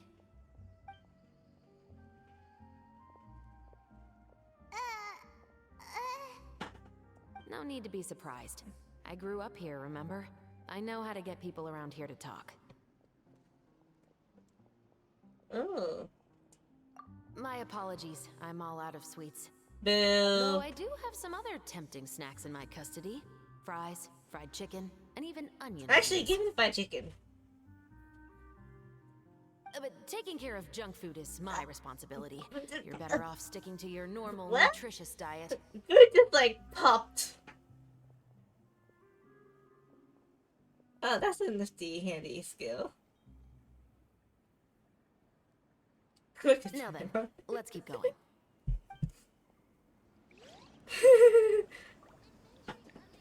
That skill is pretty nifty.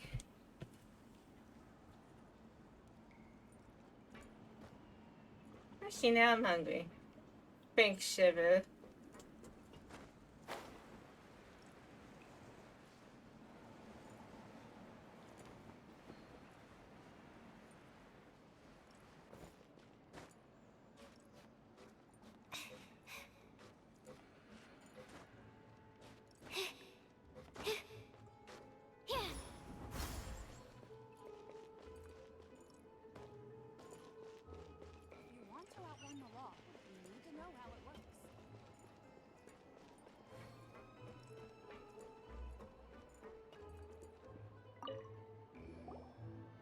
Great, now I'm hungry.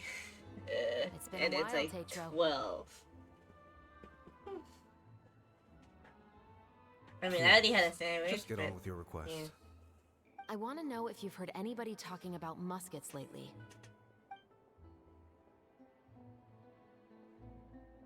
Information isn't free, you know. I've heard that bandits have been extremely active in the countryside recently, and they've been affecting the delivery of goods to Poisson. I can allocate some more manpower to help out with that problem. What do you say? You're still as helpful as ever. One of our men got drunk at dinner about a month ago and lost his gun. 3 days later, it turned up in the corner here. What's weird about that? He just forgot where he put it, right? This is Fleuve Cendre, my friend.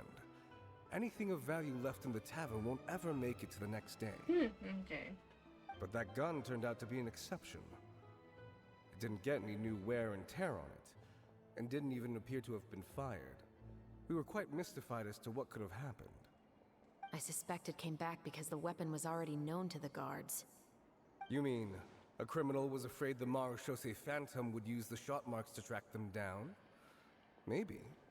But if that's the case, the culprit really took great care to avoid getting caught. I didn't say anything about a criminal. In Fleuve Cendre, knowing who was killed is as easy as knowing what clothes you're wearing today. It's the guy living in the east side, isn't it? I've never liked him. Every time he's here, he just orders a drink and sits there with a nasty look in his eyes. So, who was the one who lost the gun in the first place? Don't bother. Even if you ask, he wouldn't admit to owning a gun to some strangers. Not to mention the captain of the Special Security and Surveillance Patrol. He's right. I know you grew up here, Chevres. Even though you're on good terms with the Spina, you've still been gone too long. Not many people know you here now, and a lot of people don't like the Special Patrol. I know. So take my advice and don't show your face too much around here. It's for your own safety.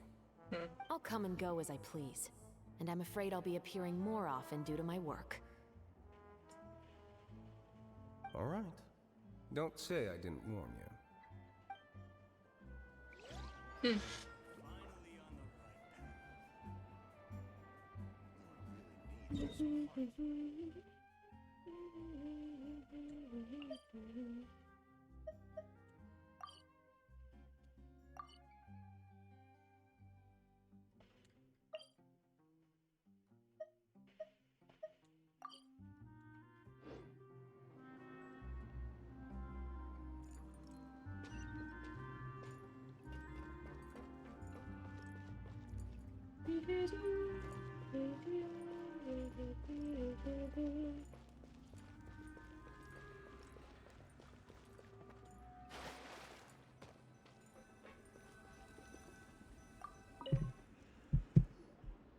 What's all this?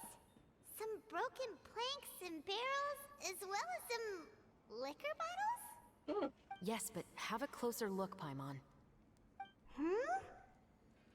Even though somebody has purposefully tried to clean them up, these are obviously marks from musket bullets.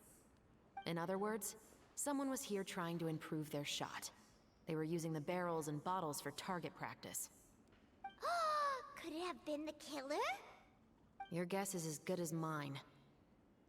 Although many people at Fleuve Cendre own guns, few hide the fact from others.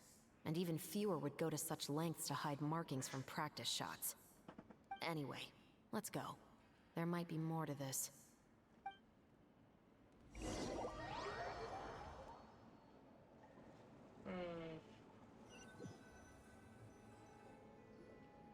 Seems like that's all we'll be able to uncover for today. Paimon feels like we managed to learn a lot more here than up on the surface. Yes. Assuming that everything we found is indeed connected to our suspect, then their timeline was probably something like this. A month ago, our suspect found a gun and took it home to disassemble it. Once he'd figured out its mechanics, he brought it back. In the following weeks, he used some parts to create his own makeshift musket, and took it to the Fleuve Cendre for target practice. Then, a few days ago, he found his target and carried out the murder. Once the deed was done, he left a rainbow rose on the body, just like the scene in the novel. That all makes sense to Paimon, but we're still no closer to figuring out the killer's But the identity. guy who died. The deceased was a resident of Fleuve Cendre. It's said that he was a poor, solitary man. Yeah, that's also something I'm trying to figure out. If we are indeed following the novel, and there's a story behind the murder, then this murder should be an act of vengeance. But according to our investigation, the deceased didn't have any enemies. He was no saint, but no one's heard of a rival who hated him enough to shoot him dead, much less care to leave a rose on his body. What message is the killer trying to convey? And to whom exactly? Could it be the novelist? We've thoroughly investigated that possibility. He claims to have spent the whole day at the Opera House on the day of the murder, and the staff there have confirmed his account. Okay, so he has an alibi. Not only that, he lacks a credible motive as well. He has a family of his own, and both of his parents are still alive. I've looked into his records. He was adopted at the age of 6, and all the proper procedures were followed. There are also records of him at an orphanage before then. In the story, the mother of the 2 musketeers was murdered after the children turned 10. Of course, he could have changed the children's ages, but I don't want to assume anything without evidence. More importantly, I've also had a chat with him in person. He didn't seem like the kind of person who would pull the trigger to kill a man. Then, what should we do now? We have all this new information, but it doesn't help us move forward. Investigations take time. I didn't expect us to catch the culprit in just a single day. How about this? Let's spend the next few days filming with the crew. We can continue the investigation once we're done with the film. I'm sure that given time, new leads will present themselves. Wait, but weren't you saying Intel is like small, remote islands in the middle of the sea just a moment ago? Wouldn't you just miss them if you were to stop looking? Ah, but the book had more than one reference to the islands, Paimon. Oh? What else did it say then? As long as you spend enough time sailing through the fog, you'll eventually come across an island. And that's Act 2.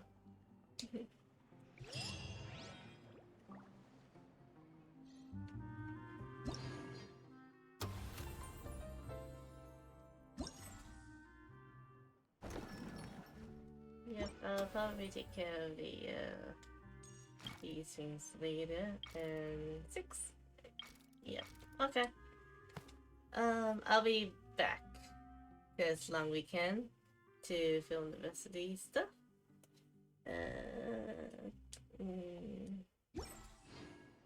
Navia's story was very fun. I love it. It was very. Navia was the best. I kind of wish I ended up getting her on here, but I probably have never attempted her. I haven't ever attempted her. I just have to farm prima gems like crazy. If not, if I don't have enough, yeah, no worries. If I can't scrape up enough prima gems, at least I'm guaranteed for Cloud Retainer. At least I'm guaranteed for Cloud Retainer. And Cloud Retainer's mommy. Well. Ah! Gunny, you're covering my face! I'm saying goodbye!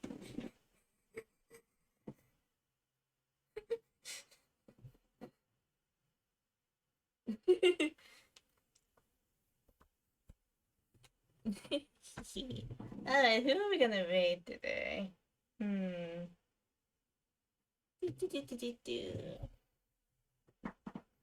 Who should I raid? Who haven't I raid ever? Oh, playing with someone playing Genshin.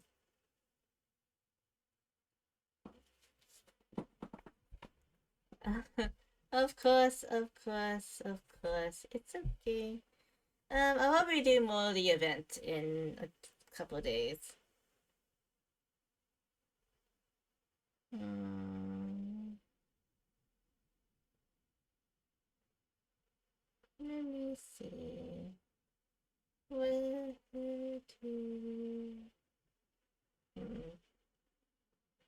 Should I do not? Should I? Oh, yeah. Who should? I don't think. Have I made announcements before? I never remember.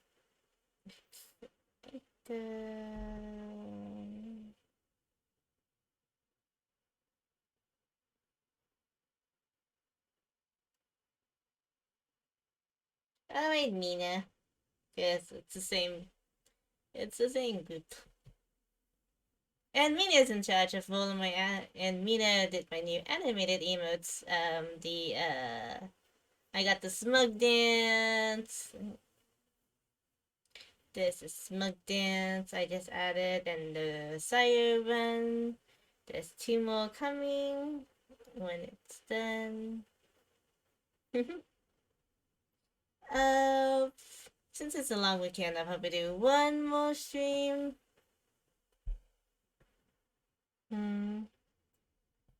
For funsies.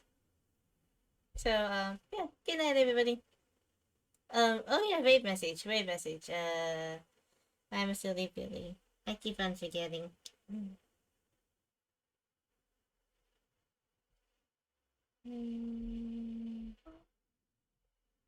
Read. There we go.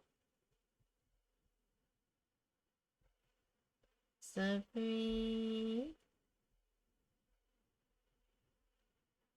Yep, Eric's cousin. Alright then. See you guys later. And apologies again for the delay of the Navia fools. I guess see you next time.